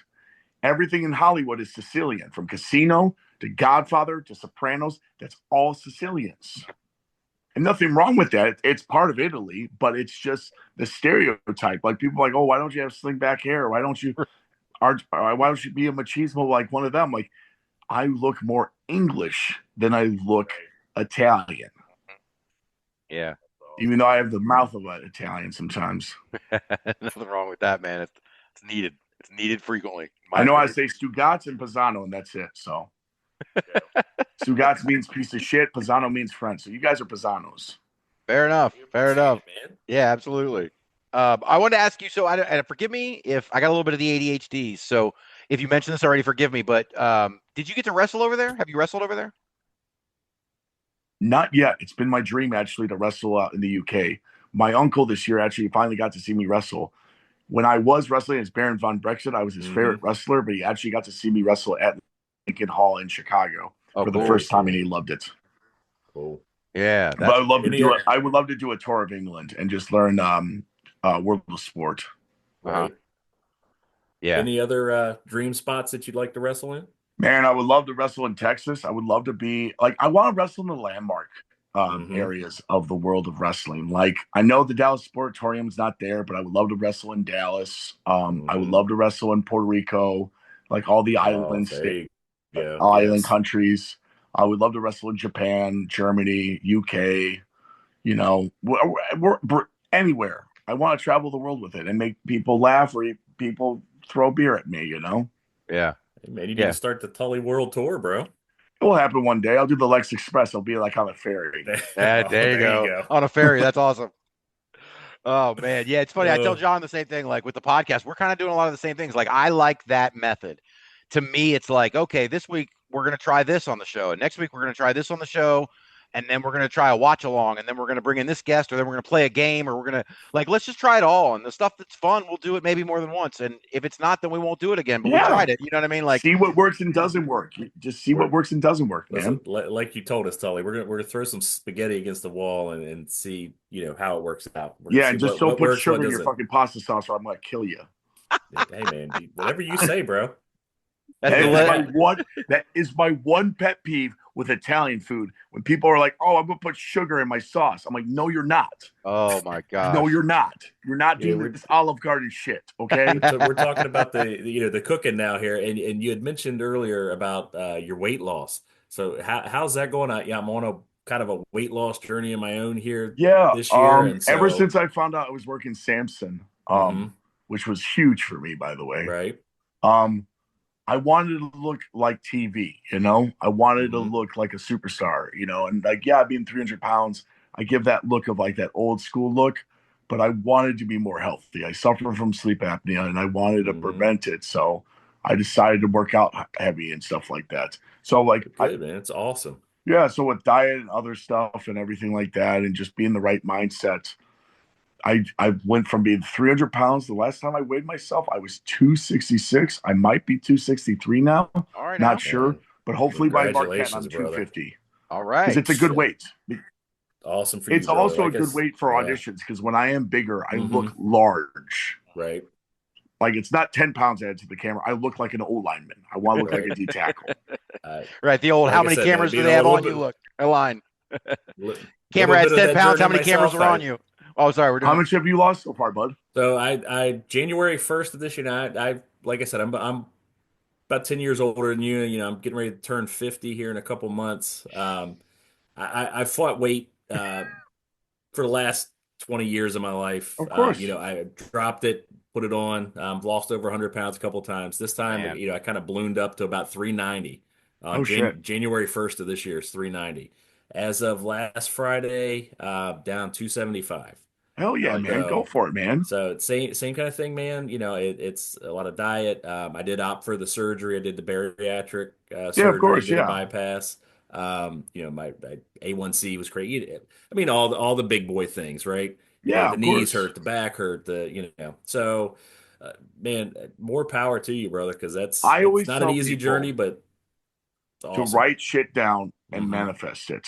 And if health is one of your things, write that down and look at that thing in your wallet every day when it's a full moon and read it out loud, because eventually it will just be in your brain that you can be better.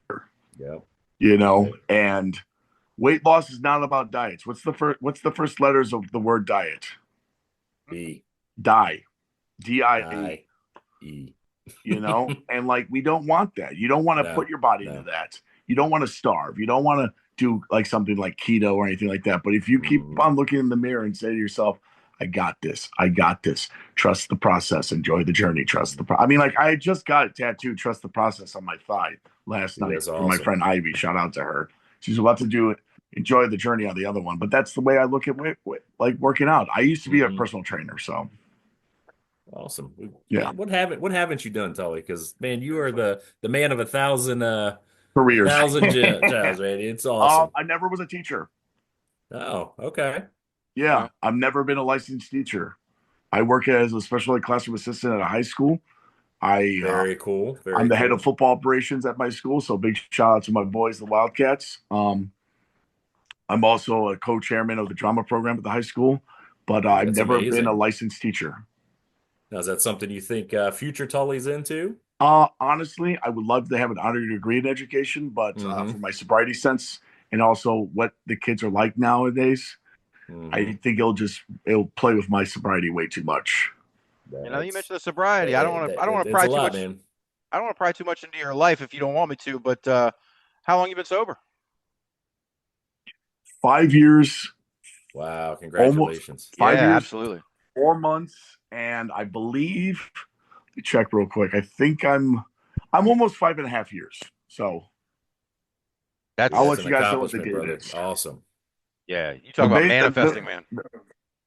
Absolutely. Yeah. I explain people. You guys ever seen Walk Hard with John C. Riley? I've seen pieces of it. Yeah.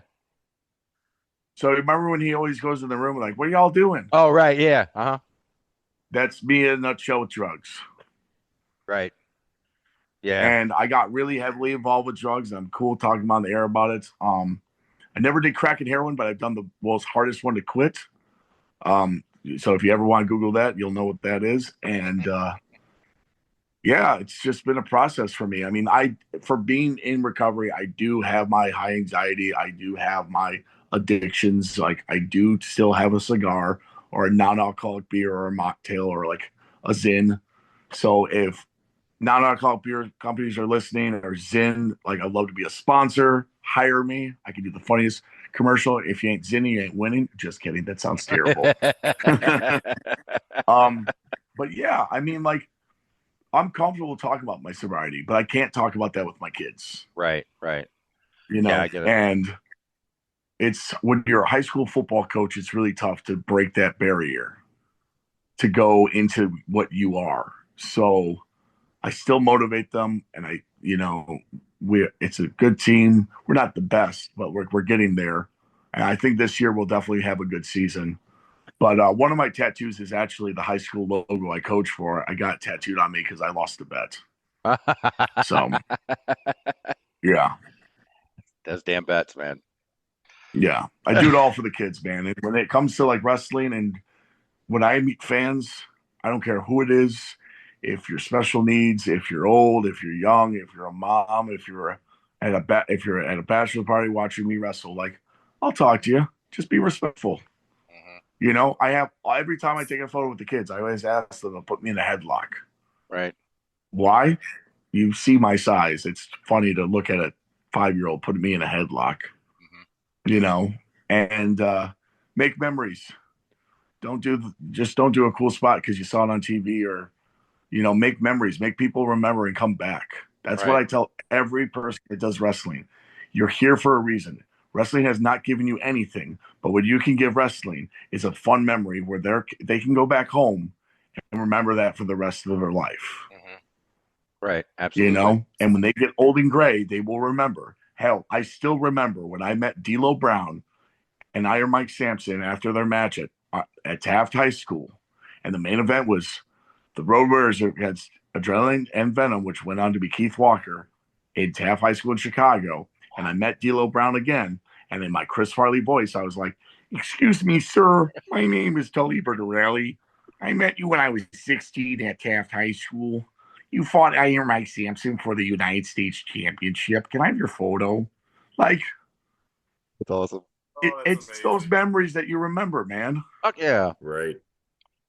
No doubt. And man. like when fans ask me, like, yes, I do keep kayfabe alive. I do believe it is something. I mean, to this day, people think I'm from California. Right. You know, because I make it believable because it's all the misdirection, you know. But the thing is this, like, if a fan wants an autograph, sure.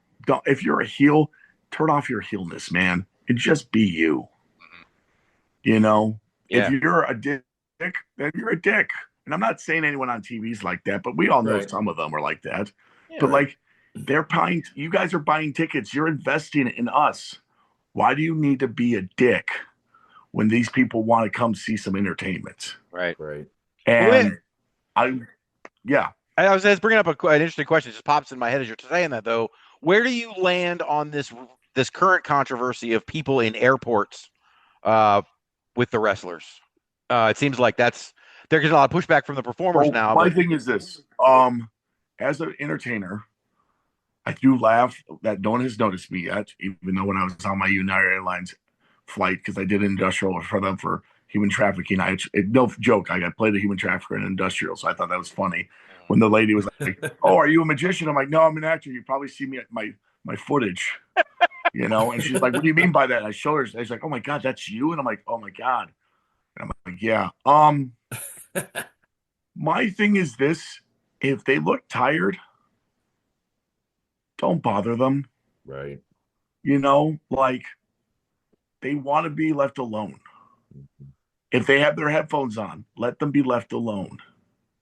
You know, John Cena is a perfect example of a guy that will stop what he's doing and just help out. But if you're going to film him without his consent, not cool, man. Right. I don't like being filmed. I don't like when people have their phone out at the gym and they're doing a workout video and I pop up and then I'm just like, hey, man, can you edit me out? Right. You know, it just weirds me out with that. But if people ask me for a photo, sure. You want a shout out video for your baseball team? Sure. Like, that's fine. But if a guy or girl at the airport is just looking tired, just be cool about it. Right. You could always do the nod. Hell, when I did a commercial with Jordan Love last year for American Family Insurance, he walked right by me. I was like, holy shit. And I nodded. Right. You know? Well, like you said, man, it really is. It becomes a respect thing. Yeah. It's just, if you're respectful, just be respectful. Yeah. We're human. Right. Yeah. You know, we're human beings. Like, yeah, these guys. I've met Terrence Howard. I've met the Pine Sol lady, even though I marked the fuck out. That's awesome. You know, I've worked with Machine Gun Kelly. I've worked with like the guy on Chicago PD. Like, if you treat them like equal, they're gonna talk to you. Right. Right. You know, and that goes for anybody that does these podcasts. Like, you guys know that, like, as your job as a podcaster is to make the interviewee comfortable. Because if he's not comfortable or she's not comfortable, then it's not going to be a good interview. They're going to be standoffish. They're going to have that persona on and be like, yeah, fine.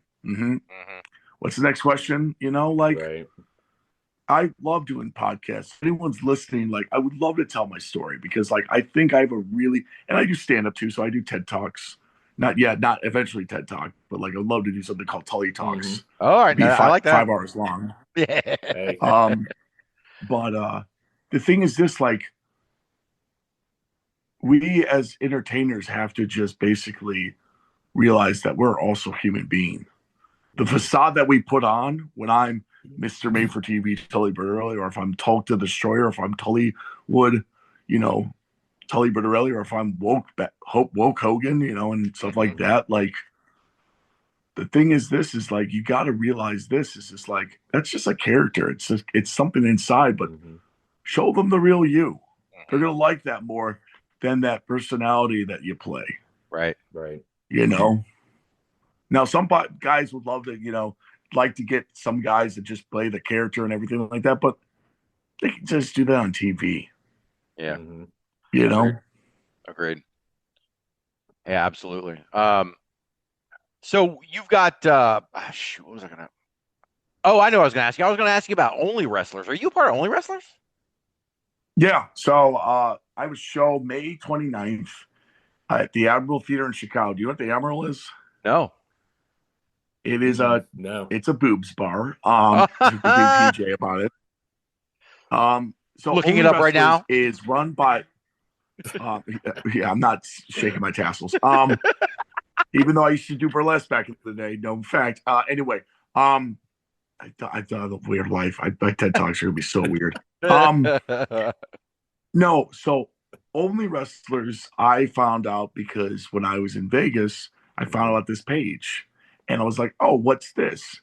Oh, it's run by, you know, Rob Van Dam's wife and RVD," and I thought this was pretty cool. So I signed up.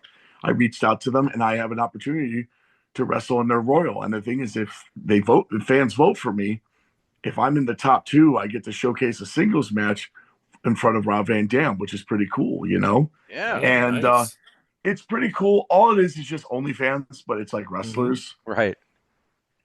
But you there's know, so like, I mean, I post my vlog. So lately it's just taking photos and videos and everything like that behind the scenes of my life and bring it to you guys. Right. You don't have to pay for it. You just subscribe to me and you just watch it. And I've already done 3 episodes, and I've done one for what was my first one? Vegas Vacation for UPW. Right. My second one was for NWA Chicago for the Fred Invitational. And my third one was for Lucha de Mayo on Sunday for Wrestle League. The next one I'll be doing is for Frozen Tundra. And then hopefully I won't go in film at the Admiral because it's a bar. It's a boob bar, as I call it. And I don't want them to throw me out. Right. But what I do is I basically just document my life because like everyone takes photos, but the thing is this, like I like to just show a little bit memory. So when I'm old and gray, I can look back. Right. How does that Nothing wrong work? with that, man? Yeah. How does that work with the voting and the only wrestlers? I thought that was a really interesting aspect that makes it very different. Like, what all can they vote on? So basically, you have to subscribe to the website so you can get a vote. And it's very smart for them to do that because basically, I can tell people to vote, and then if they don't vote, then it's not going to count. You know how so many times people do, like, do you remember Taboo Tuesday when they used to do that? Yeah, oh yeah. Yes. I know exactly what you're talking about. I know where you're going with this one. Yep. It's just very smart business because, sure, we can get 500 friends, but people can just hit refresh. Right. Yes. You know? Yeah, absolutely. And if I don't get in the top two, let's put it this way. I'm the other Tully B, so you better watch out. I'm the biggest man in the ring right now, you know? So when would you know, like, does the voting close? How much time do you have from when the voting closes to the event to prepare? Until the end of the month, before May 29th. Okay. All right. So up until the day of, they can vote for you. Yeah. Is that on social media, or do they have a website that you do that on? Or is it an app? Onlywrestlers.com. It's onlywrestlers.com. That's easy enough. Pulling that up right now. So we'll vote for, and then you have to subscribe in order to be able to vote. Yep. And I think it's $6. Looking in now, yeah. Yeah, this is a pretty cool concept, man. I'm a big fan of this concept, and I think it's really neat. Well, it's pretty funny because, I mean, like, OnlyFans make a shit ton of money with just everything, you know? Right. From, like, training videos to porn and everything like that. Why not have a wrestling database? Yeah. Find a structure that works and go with it, man. Yeah. So, who else you working for these days, or what do you have, or have stuff coming up with? I got Frozen Tundra this Saturday. I'm working the Baker Boys, which is going to be a lot of meat slapping. I've got Marquette Mania against Sampson, which is another lot of meat slapping. I have Only Wrestlers, and then at the end of the month, I'm doing a private event for the Special Rec for the Special Olympics of Chicago. Oh, that's neat. What kind of cool, man. What can you tell us about that? So that is actually run by my business partner. Well, my friend, actually, I should say. My friend John Buller has a company called Fantastic League of Wrestling, and it's basically the second incarnation of Chikara. We have Mike Quackenbush as one of our coaches. Oh, cool. And it's superheroes. And I remember working at the Special Rec over the summer, and when they found out I was a wrestler, they asked me if I ever wanted to do a show. And our first show, we drew like 700 people, like athletes. Wow. And our goal with it is to just do shows for Special Recs. Oh, wow. So if anyone's listening, we'd love to do a show in Michigan for Special Olympics. We'd love to do a show in Indiana, Wisconsin. Like, we want to be a traveling company, but our main, like, one of the focuses we have is special needs because everyone knows that someone that has someone with a learning difference or a special need or something like that. And why not just give them a super show? Agreed. You That's know? cool, man. Yeah, that's really cool. I love that stuff. John and I talk about it all the time about people who are out there using wrestling to get into the community, and not enough people do it or do it well, and so it's really cool to see you being a part of that. The Special Olympics is a really interesting thing that I don't think a lot of people even think about when they do engage in the community. So that's really well, unique. it's the way I look at it. Sorry that I'm moving around. It's got to stand up. No, you're fine. The way I look at it is pretty much you have to give back to your community. We got you muffled right? there, I think, a little bit. I don't know, something muffled your sound. Can you hear me now? There we go. Yep. There it is. I'm just getting this in real quick. I apologize. Hold on. I'm gonna cut you out when you put that in your mouth because I want to know how those work. I'm such an old fart, John. While he's doing that, I have no idea how these nicotine pouches work. Right? It's the magic trick. There you go. He's showing you. So check it out, like that. Can't even tell. They have all different flavors. It tastes like citrus. I usually do wintergreen. Does it taste like the tobacco? That one Stoli. Just tastes like a gum. Calms my nerves. Anyway, back what I was saying. So I hit up my best friend John Bullard, who is I'm godfather to his son. Shout out to Malachi, by the way. I was like, John, I would love to have you come and help out with this show. And it's just been great. I love it to death because the best thing about this show that I love, not that it's bought or anything like that, but the fans. It's my Dallas Sportatorium in Chicago. The crowd is so loud that they can do the most simple stuff and get over. I had these guys called the Bruisers. Shout out to those guys in Indiana. They took a special rec show, showed it to the crowd, and they started cheering. These were my opponents, keep in mind. Threw it on the ground and started stomping on elbow drops. And the fans ate it up. That's awesome.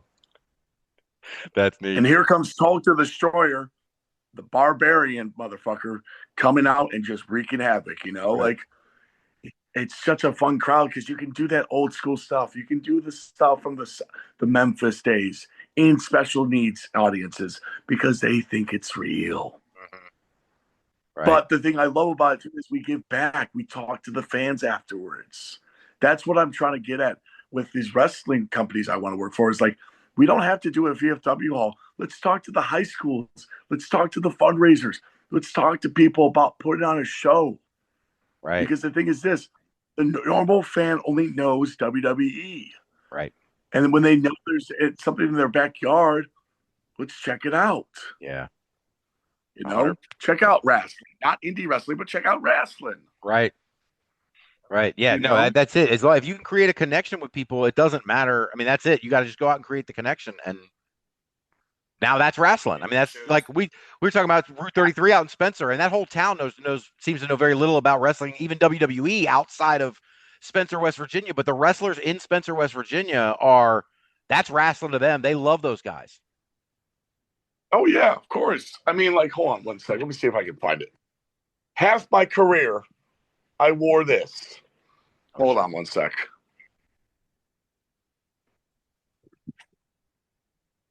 Oh, no. Half my career, I wore this shit, okay? I was Loverboy. Okay? It looks pretty wild, right? Yep. The best part That's awesome. When it pops the fuck off. It's the memory. It's the memory. Yeah. Why did I wear a wig half my career? Because my mentor told me less is more. Right. Right. Less is more. Make a memory. I had that wig bumped off of. I've had that wig stuck in my pants. I've had wedgies ripped out. I had Eli the Eliminator from World Class mark out to my match against my mentor and I in Lake Station, Indiana. Wow. Off of a wedgie where he ripped my tights and threw it in the crowd. And you can look up the Beast versus Loverboy Tiberius Tang, ARW on YouTube and see it. And it was the funnest time of my life to do that. Oh, my God. The Beast. And after that match, Eli ran to the locker room, was like, where the fuck are those motherfuckers at? Oh, that's so good. Shout out to Eli, by the way. He's a great dude. There it is. Loverboy Tang versus the Beast. ARW Pro 2019. Yeah.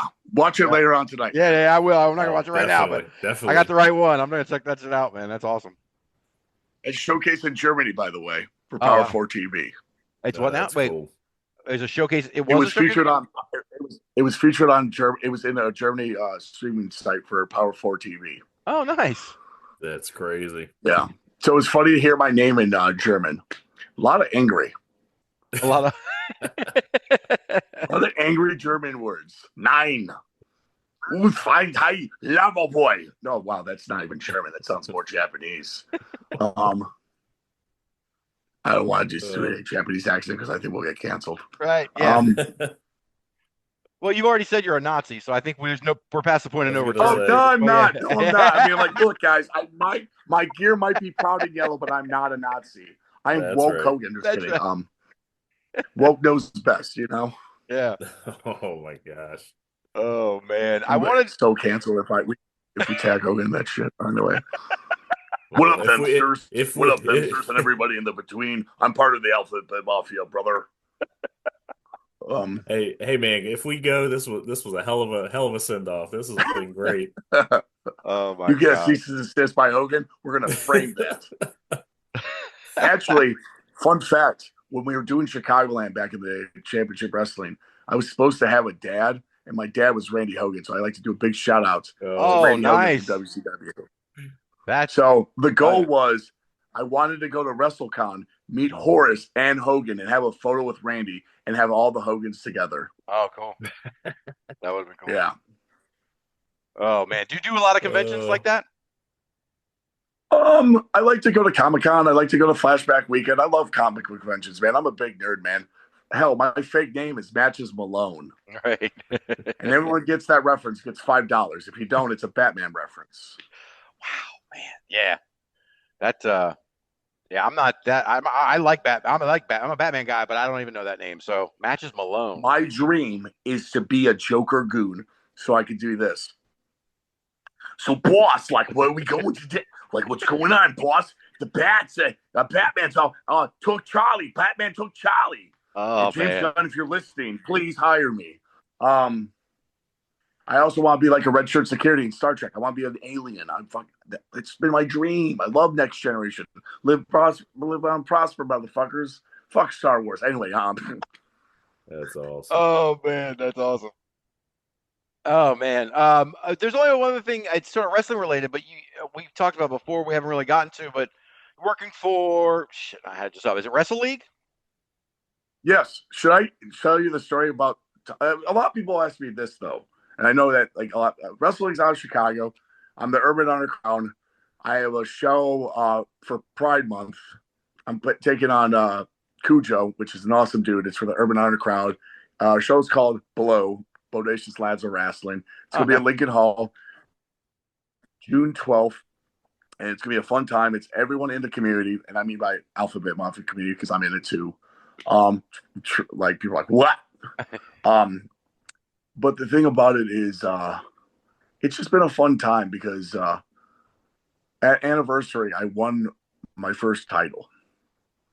And what I mean by title, I mean like I actually won something. And what was pretty surreal was when I didn't find out I was going to win this match until 5 minutes before I went out. Oh, wow.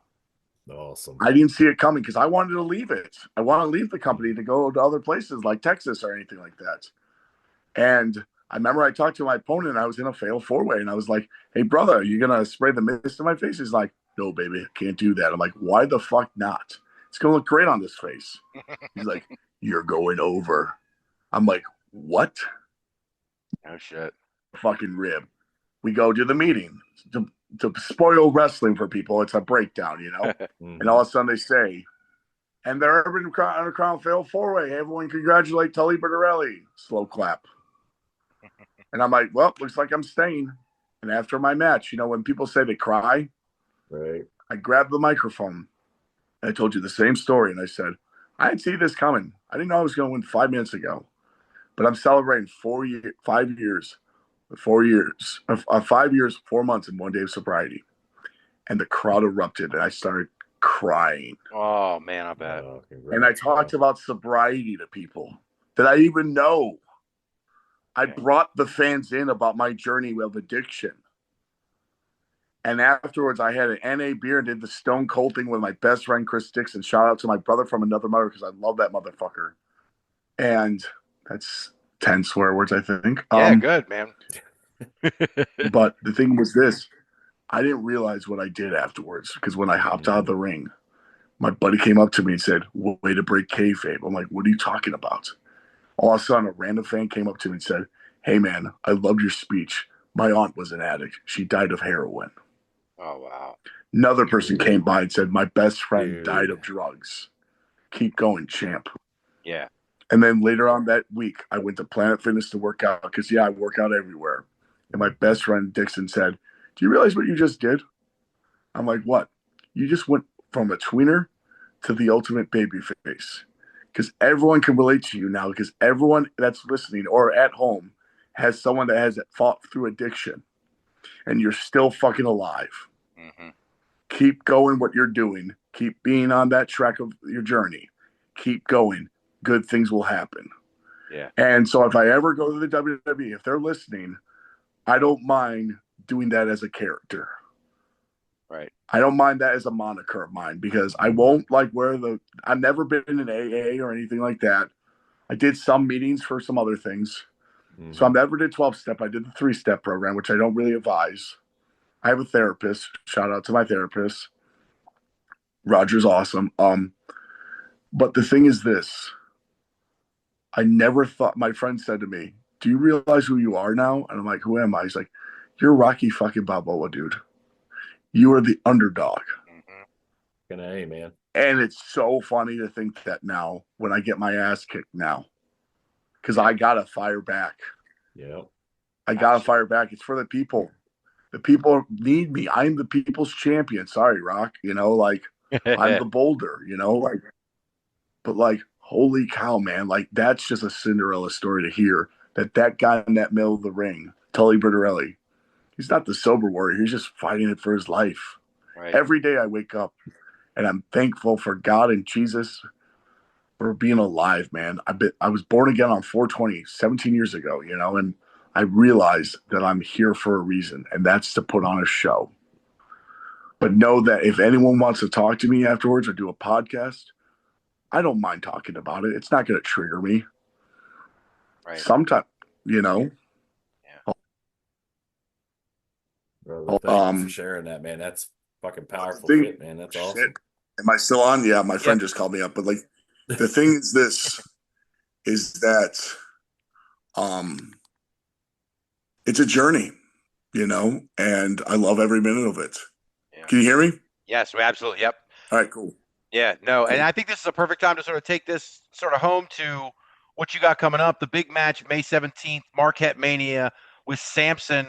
How big is that for you to be in this spot, and how are you going to carry this banner and everything that's just happened? How are you carrying that forward into this match with Sampson?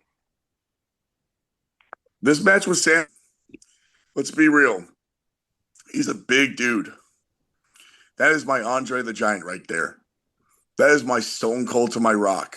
That is my Kurt Hennig to my Nick Botwinkle. There you go. And we're going to get one hell of a main event. So if you're going to want to see some two guys beat the hell out of each other, come to UPW and see Tully Bertorelli versus Sampson. Yeah. You know? So you mentioned a little bit earlier. The violence that's going to be happening. Yeah, no doubt, man. And we've seen, I mean, Sampson sent us a bunch of videos. I mean, before we even met Sampson, we watched him choke slam two dudes with only half a hip. So, like, dude, Sampson can bench press 500 pounds. He can squat 700. He's a behemoth. He's Master Blaster. Yeah, man. He really is. He's the new generation. He's Master Blaster 2.0. He's the German from Indiana Jones. Right. You know? So in the ring, what does Tully Bertorelli do? What do you do to go in and beat a guy like Sampson? How does that work? How does it happen? What's the strategy? Say again? I said, what's the strategy? What's Tully Bertorelli's strategy in the ring against a big opponent like that, against Sampson? You got to watch your tapes. You got to be student of the game. You got to start lifting hard, saying your prayers, taking your vitamins. You got to study like a football player. You got to see where his weaknesses are. I know he's come back from injury. You got to find his weak points. For being a big guy, you don't go up high. You go low. You go for the knee. You go for the arm. You go for the face. You know? You got to find where the weaknesses are of Sampson. I've been watching his tapes. I've been watching his matches against Surge, you know, from OVW. I watched his match. I watched the match against Super Beast, clearly. Yeah. But also, the reason why I did that chair shot, that's my message to him, is that you're looking at the future of UPW. You're looking at the new UPW Heavyweight Champion. Well, Tully, that's a perfect point to call it a day on this one. Where can people get information or tickets for Marquette Mania, and where can they find you? They can find tickets at upwuprising.com. They can follow me on Instagram at Tully Bertorelli. Do not go on my Facebook page. That is my personal page. That's for my family, so please do not add me. You can add me on Instagram. You can add me on TikTok. Also add me on Only Wrestlers. You can do that. Yeah. I will respond to a message on Facebook, but don't add me. It's for my family. It's my personal life. Yeah. Yeah. That's like we were talking about the airport earlier, but I have one more story to tell you. at WrestleCon, my favorite memory so far was when I met Tully Blanchard. Mhm. Because I always get at, are we related? Maybe. I swear to God. There's probably some lineage of us overlapping. And I was in Vegas for UPW for Mania weekend, and I went to WrestleCon like a fan I am. I was like, let me talk to the guys before me, the girls before me. You know, I talked to Victoria, Zilla Fatu, and I saw Tessa had a line. So I asked the vendor, I was like, hey, can I talk to Tessa real quick? I'm a worker. She's like, yeah, go for it. Hey, Tessa, my name's Tully. Tony? I'm like, no, my name's Tully. She's like, are you Tully B out of Chicago? Oh my God. And I was like, whoa. And she showed me the flyer for Only Wrestlers. And it was hilarious. She's like, give me your ID. Let me see your ID real quick. And she sees my ID and she's like, holy shit, another Tully B. And she's like, do you want to meet my dad? What? I'm like, yeah. Right. I was like, holy cow. So she said to come back the next day. So I do my match in Vegas. I make my mark of hitting him with a chair with Sampson. I go back to WrestleCon. Talk to the Berserker. I talked to Dean Malenko, talked to Perry Saturn. And then finally I saw Tessa again. I wait in line. She gives me a wink, taps Dad's shoulder. Says, hey, that's Tully B from Chicago. He's like, get the hell out of here. Hey, kid, let me see your ID real quick. Show my ID. And he says, man, another Tully B in wrestling. Nice to meet you. You know who I am? I'm like, yes, sir.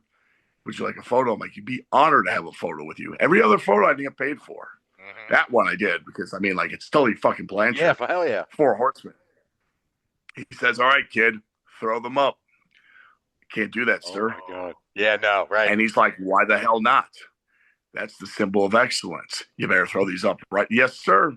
That's right. And he asked me, can you elaborate why you can't do that? And I said to him, when I was brought in, I was told I can't do your stuff. You're Tully Bertorelli. I mean, you're Tully Blanchard. I'm Tully Bertorelli. We have the same initials, but my gear can't say TB. I can't do your moves. I can't do this. I can't do the slingshot suplex. I can't do the pile driver. He's like, wait, can't do the slingshot. Why the hell not? I'm like, what are you getting at? Oh, no. And he's like, you're the other Tully B, right? I'm like, yeah. Kid, I'm giving you the blessing to start doing the slingshot. So the geek in me is like, holy shit. This is inside. Right. And I'm like, all right, I got the blessing now. I guess I'm the other Tully B, so I might throw it on Sampson at UPW. That's a big boy to fucking do it for.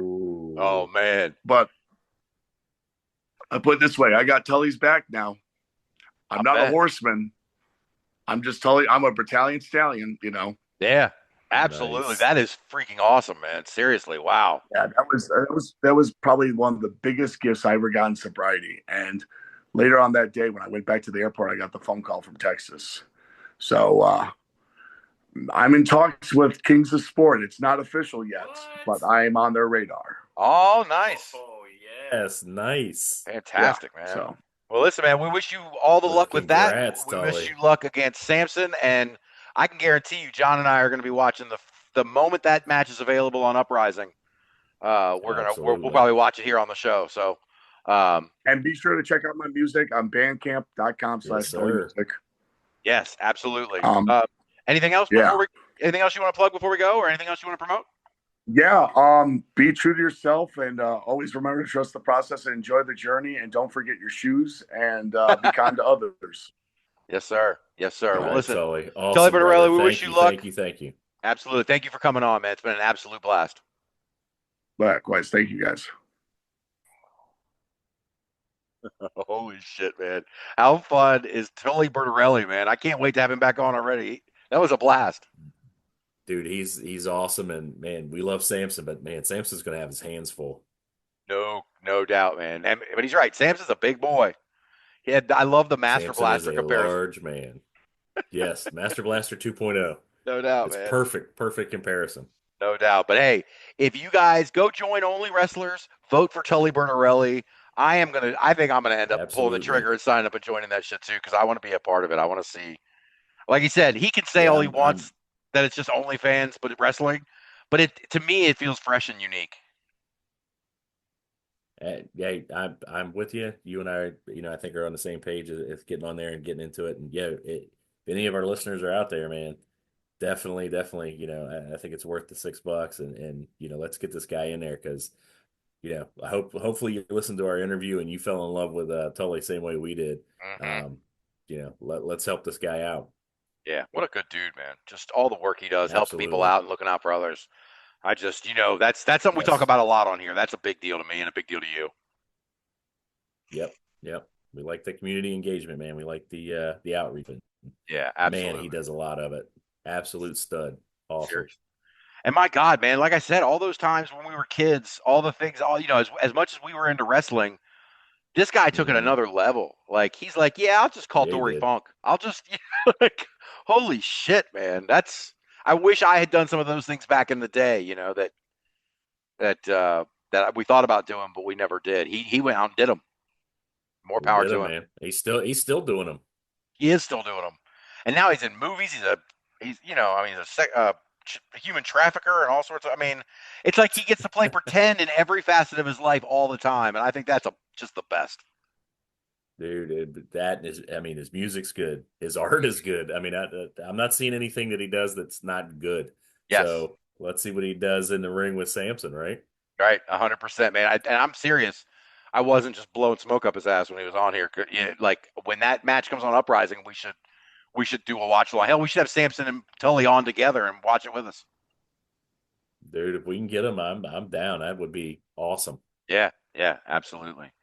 Well, we did mention some stuff coming up this week, and we've been going for like 2.5 hours already. So let me. How does the time go by so fast on this damn podcast? Everybody else is like, it was easy. yeah, that's true. Everybody else is like, dude, how do you do 3-hour podcasts? And I'm like, because if we didn't have jobs in the morning, they'd be 6. Live streaming 24/7. Seriously, man. My God. And then, of course, like I said, we got the Lucha Underground podcast that is on its way.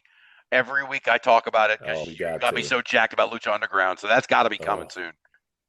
love it. Makes my skin tingle. Hold on, I'm doing the rock. At least he knows goosebumps.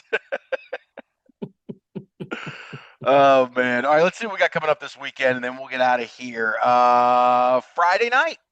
Starting Friday night, Lionheart Championship Wrestling. They're having Small Town Slam in Mulberry, Arkansas at the Mulberry Fairground, featuring AJ Kazana versus Casey Kazana from the NWA, plus Scruffy the Underdog taking on Victor Kenway, Shotgun Weber versus Luther Zay Diamond, and Golden Jet versus Boom Boom Groom. Boom. Yeah, man. CCW. Eddie Valentine, our guest from last week, is going to be at Conquer Kissimmee at Sun on the Beach in Kissimmee, Florida. King Eddie Valentine headlines that show, defending the CCW title against Danny Briggs, the former Danny Burch in WWE. Former Impact star Jai Vidal will be taking on Jackal Stevens. Mila Moore in a women's match taking on Nikki Blackheart. Eddie Taurus is going to take on Ricky Martinez, and Stallion Rogers is going to battle Maximus Khan. What else? Yeah. What's that? Be a good card. Yeah, it sounds like it. What is this? Oh, Emerge Wrestling is having Pandemonium in the Pavilion at the Bartholomew County Fairgrounds in Columbus, Indiana on Saturday. Xavier Walker taking on Braden Lee. Lord Crew versus Brutus Atwell. Big 5-on-5 elimination tag match between Team Paragon and Team Morty. Ashton Adonis defends the Emerge title against Deontay Davis. Matt Diesel defends the Outbreak title against Jason Hotch. The Hex, Marty Bell and Allison Kay will be in the house taking on Ari Alexander and a mystery opponent. Jack Vaughn taking on Aaron Williams in a bull rope match. And Portrait of Perfection taking on Hadley and Ripley for the tag team titles. In North Carolina, Apple City Championship Wrestling, ACCW Live at the Hidden Night Center in Hidden Night, North Carolina. Brad Attitude is going to defend the ACCW title against number 1. Drew Hood in 4K is going to take on James Johnson. Caitlin Marie is going to battle Leah Knight in a first-round match for the women's title tournament. WWE ID talent Sean Legacy is going to be in a triple threat against Alexander Moss and Rob Killjoy for the Catawba Valley title. In Illinois, Springfield, Illinois, at the 8th Street Gym, Pinfall Wrestling Association is having Grand Wrestling Spectacle 12. Let's see. All Eyes on Us versus Shield Wall versus Last Outlaws versus the Gruesome Twosome in a unification match for the Pinfall and WFAC tag titles. That's a mouthful. The Mad Hatter is going to take on Billy Alexander in an unsanctioned match. IJ Sweet versus The Seeker. And Rockin' Rivera is going to defend the pinfall title in a fatal 5-way against Jake Lander, Sid Holland, James Brady, and Jared Allen. This is the show Tully was talking about. Frozen Tundra Wrestling on Saturday is having Escalation Protocol at the venue at River's Edge in Waterloo, Wisconsin. Harley T. Morris versus Marche Rocket versus Neil Dillinger for a King of the North title. As Tully mentioned, Onyx and Tully will be taking on the Baker Boys for the tag titles. Renee Michelle, who many of you may remember as Drake Maverick's wife from WWE, taking on Aaliyah James. Troy Walters versus Juan Hernandez for the 151 title. And Jesse who takes on Damian Walker in the Tiny Love Memorial match. One of the things I was looking at, John, as we were talking about doing a watch along next week, is this show is going to be on IWTV, but I don't know if we want to watch that. Well, I guess we'll decide later. But excuse me. New Texas Pro Wrestling is having True Grit at Wharton Civic Center in Wharton, Texas. Jay Davis is going to defend the Texas Contender Series title against Isaac Morales. Justin Vibin with Axe Manson are going to take on Jack Calloway and Toxic Tour in a 6-man match. And Carter Black is going to defend the New Texas title against Father O'Day. 01 USA in Decatur, Illinois is having a War Games event at the Decatur Civic Center, starting with a Mr. Anderson seminar from 3 to 5 p.m. That'll be a really good seminar for anyone interested. Definitely check out 01 USA's socials for more information about that. In the event later, Jake Parnell, Mr. Anderson is going to battle Jake Parnell in a feature match. They've also got Victor Analog defending the heavyweight title against the Cobra. Killer Cake defending the tag titles against the Young Goats. The War Games match is between Team Trauma Unit and Team Light. And the junior heavyweight title is on the line in a triple threat match. Gary J versus Jake Lander versus Joey O'Reilly. Okay. Also on Saturday, Iron Spirit Pro. This is a pretty good card. They're having Burn to Shine at the Community Activity Center in Normal, Illinois. The Dreamwave champion Connor Hopkins is in the house, taking on Hobby Abstract. Solomon Tupu is defending the heavyweight title against John's boy Bruce Hamilton. That's a hoss match.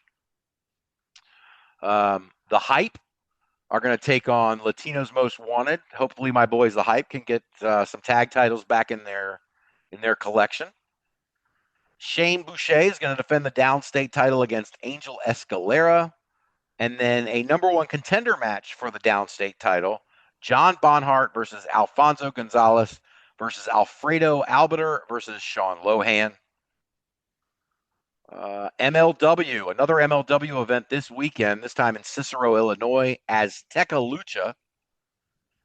Matt Riddle is going to defend the MLW title against Donovan Dijak. What is up?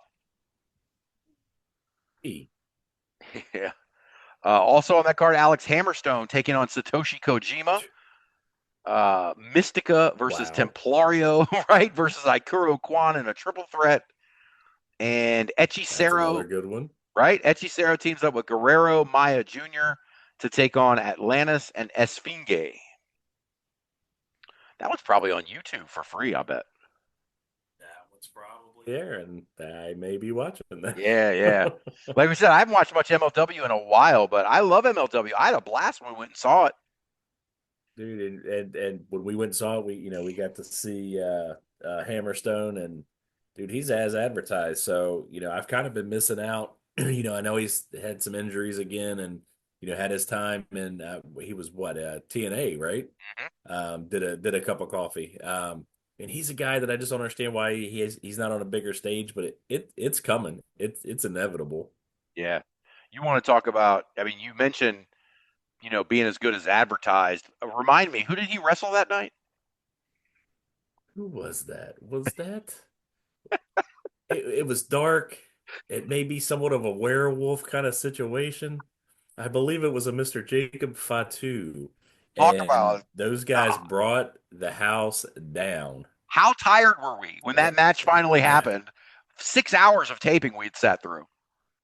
Yes, and I'll tell you what, I was re-energized in a heartbeat. And correct me if I'm wrong, didn't Hammerstone early in that match like really tweaked his ankle bad? I think he did, yeah.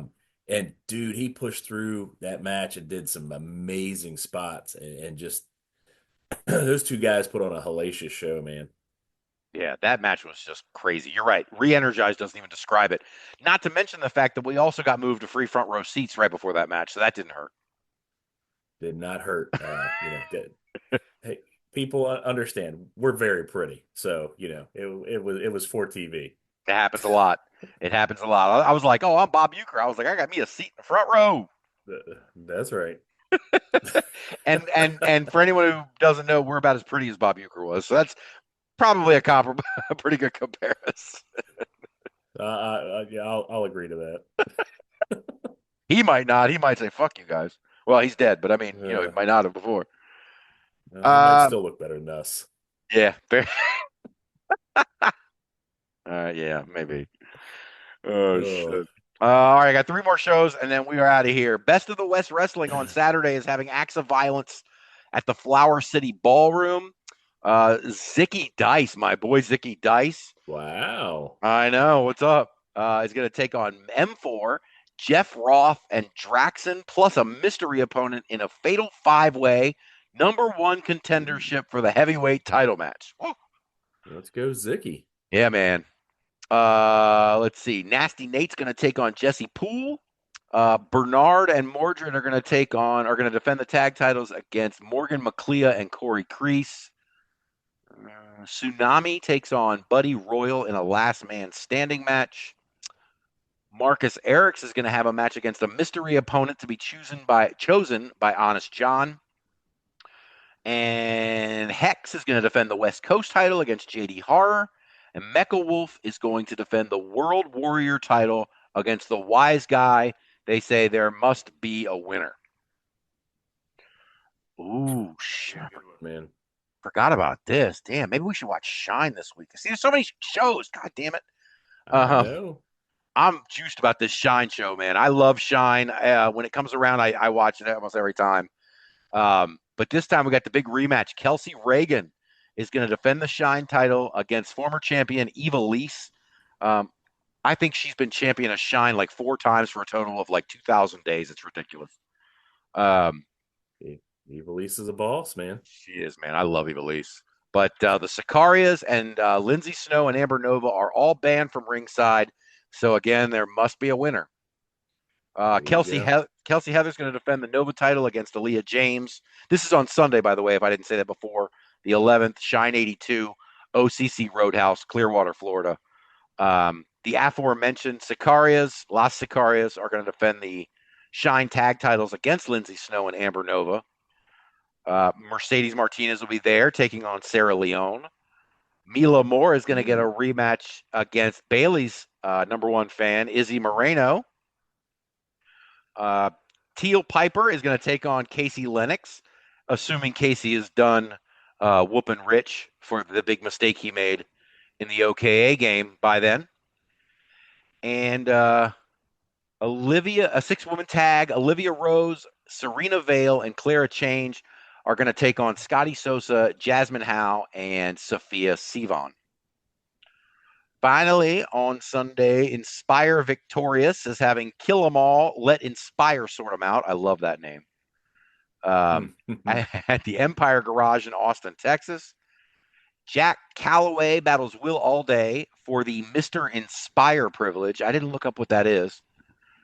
Exodus Prime is going to defend the undefinable title against Ethan Hendrick. BDSM is going to defend, or is going to battle for the tag titles. The Twin Dragon Connect. Go ahead. Oh no, I'm just it makes me giggle. I'm still a 12-year-old boy at heart. Exactly. We can't get out. We'll never get away from it. Oh man! But BDSM versus Project Wasteland is for the Twin Dragon Connection titles. This group's got some pretty cool title names. Rachel Rose is going to take on Shimbashi for the Lawless Darkness title, which by all accounts is the women's title. Okay. The Great Depression is going to battle Buckets the Rodeo Clown. I would pay to see that. And then they're going to have the Neon Genesis Elimination Bowl. I didn't see any stakes for that, but I bet there are some. I'll tell you what, man. It makes me curious. It does. It does, man. Well, that's all I got for this week, John. That's this weekend's action. That's everything I had to cover for this week. You got anything else for us? No, man. That's it was great to be back. It was this was an episode to get back to. Freaking awesome, man. I missed you and missed talking to everybody, and God darn it, is Tully awesome. Yeah, that was so cool. He was such a fun guest, man. Absolutely. Awesome. All right, brother. Well, let me say to everybody again, if you want to be a guest on the podcast, or if you want to promote something on the podcast, if you just want a new championship and want to be featured in our ANDNEW segment, whatever, reach out to us, indiewrestlingexperience@gmail.com, or message us on socials. We are Indie Wrestling Experience on Facebook, TikTok, and Instagram. We are Indie Wrestling XP on Twitter and Blue Sky. Check out the link tree, check out the Smug Mug, all that stuff. And we will be back next week. I think we've decided, John, we're going to do a watch along. I just don't know if we've decided for sure what it's going to be. So we'll announce that either later this week or early next week. Put the links up on social so you can watch along with us. And John and I just sit around and talk about wrestling for a couple hours. What do you think, man? I don't know. You think we can do that? Do we have it in us to talk a couple hours about wrestling? I don't know. Well, this is the 19th time we've done it. And next week is our 20th episode, which I've said before is a huge mile marker for podcasters. So we'll take it. I'm proud to be on the journey with you, brother. Yeah, this is really fun, man. All right, guys. Well, listen, have a good week, and we'll see you next time. See you, everybody.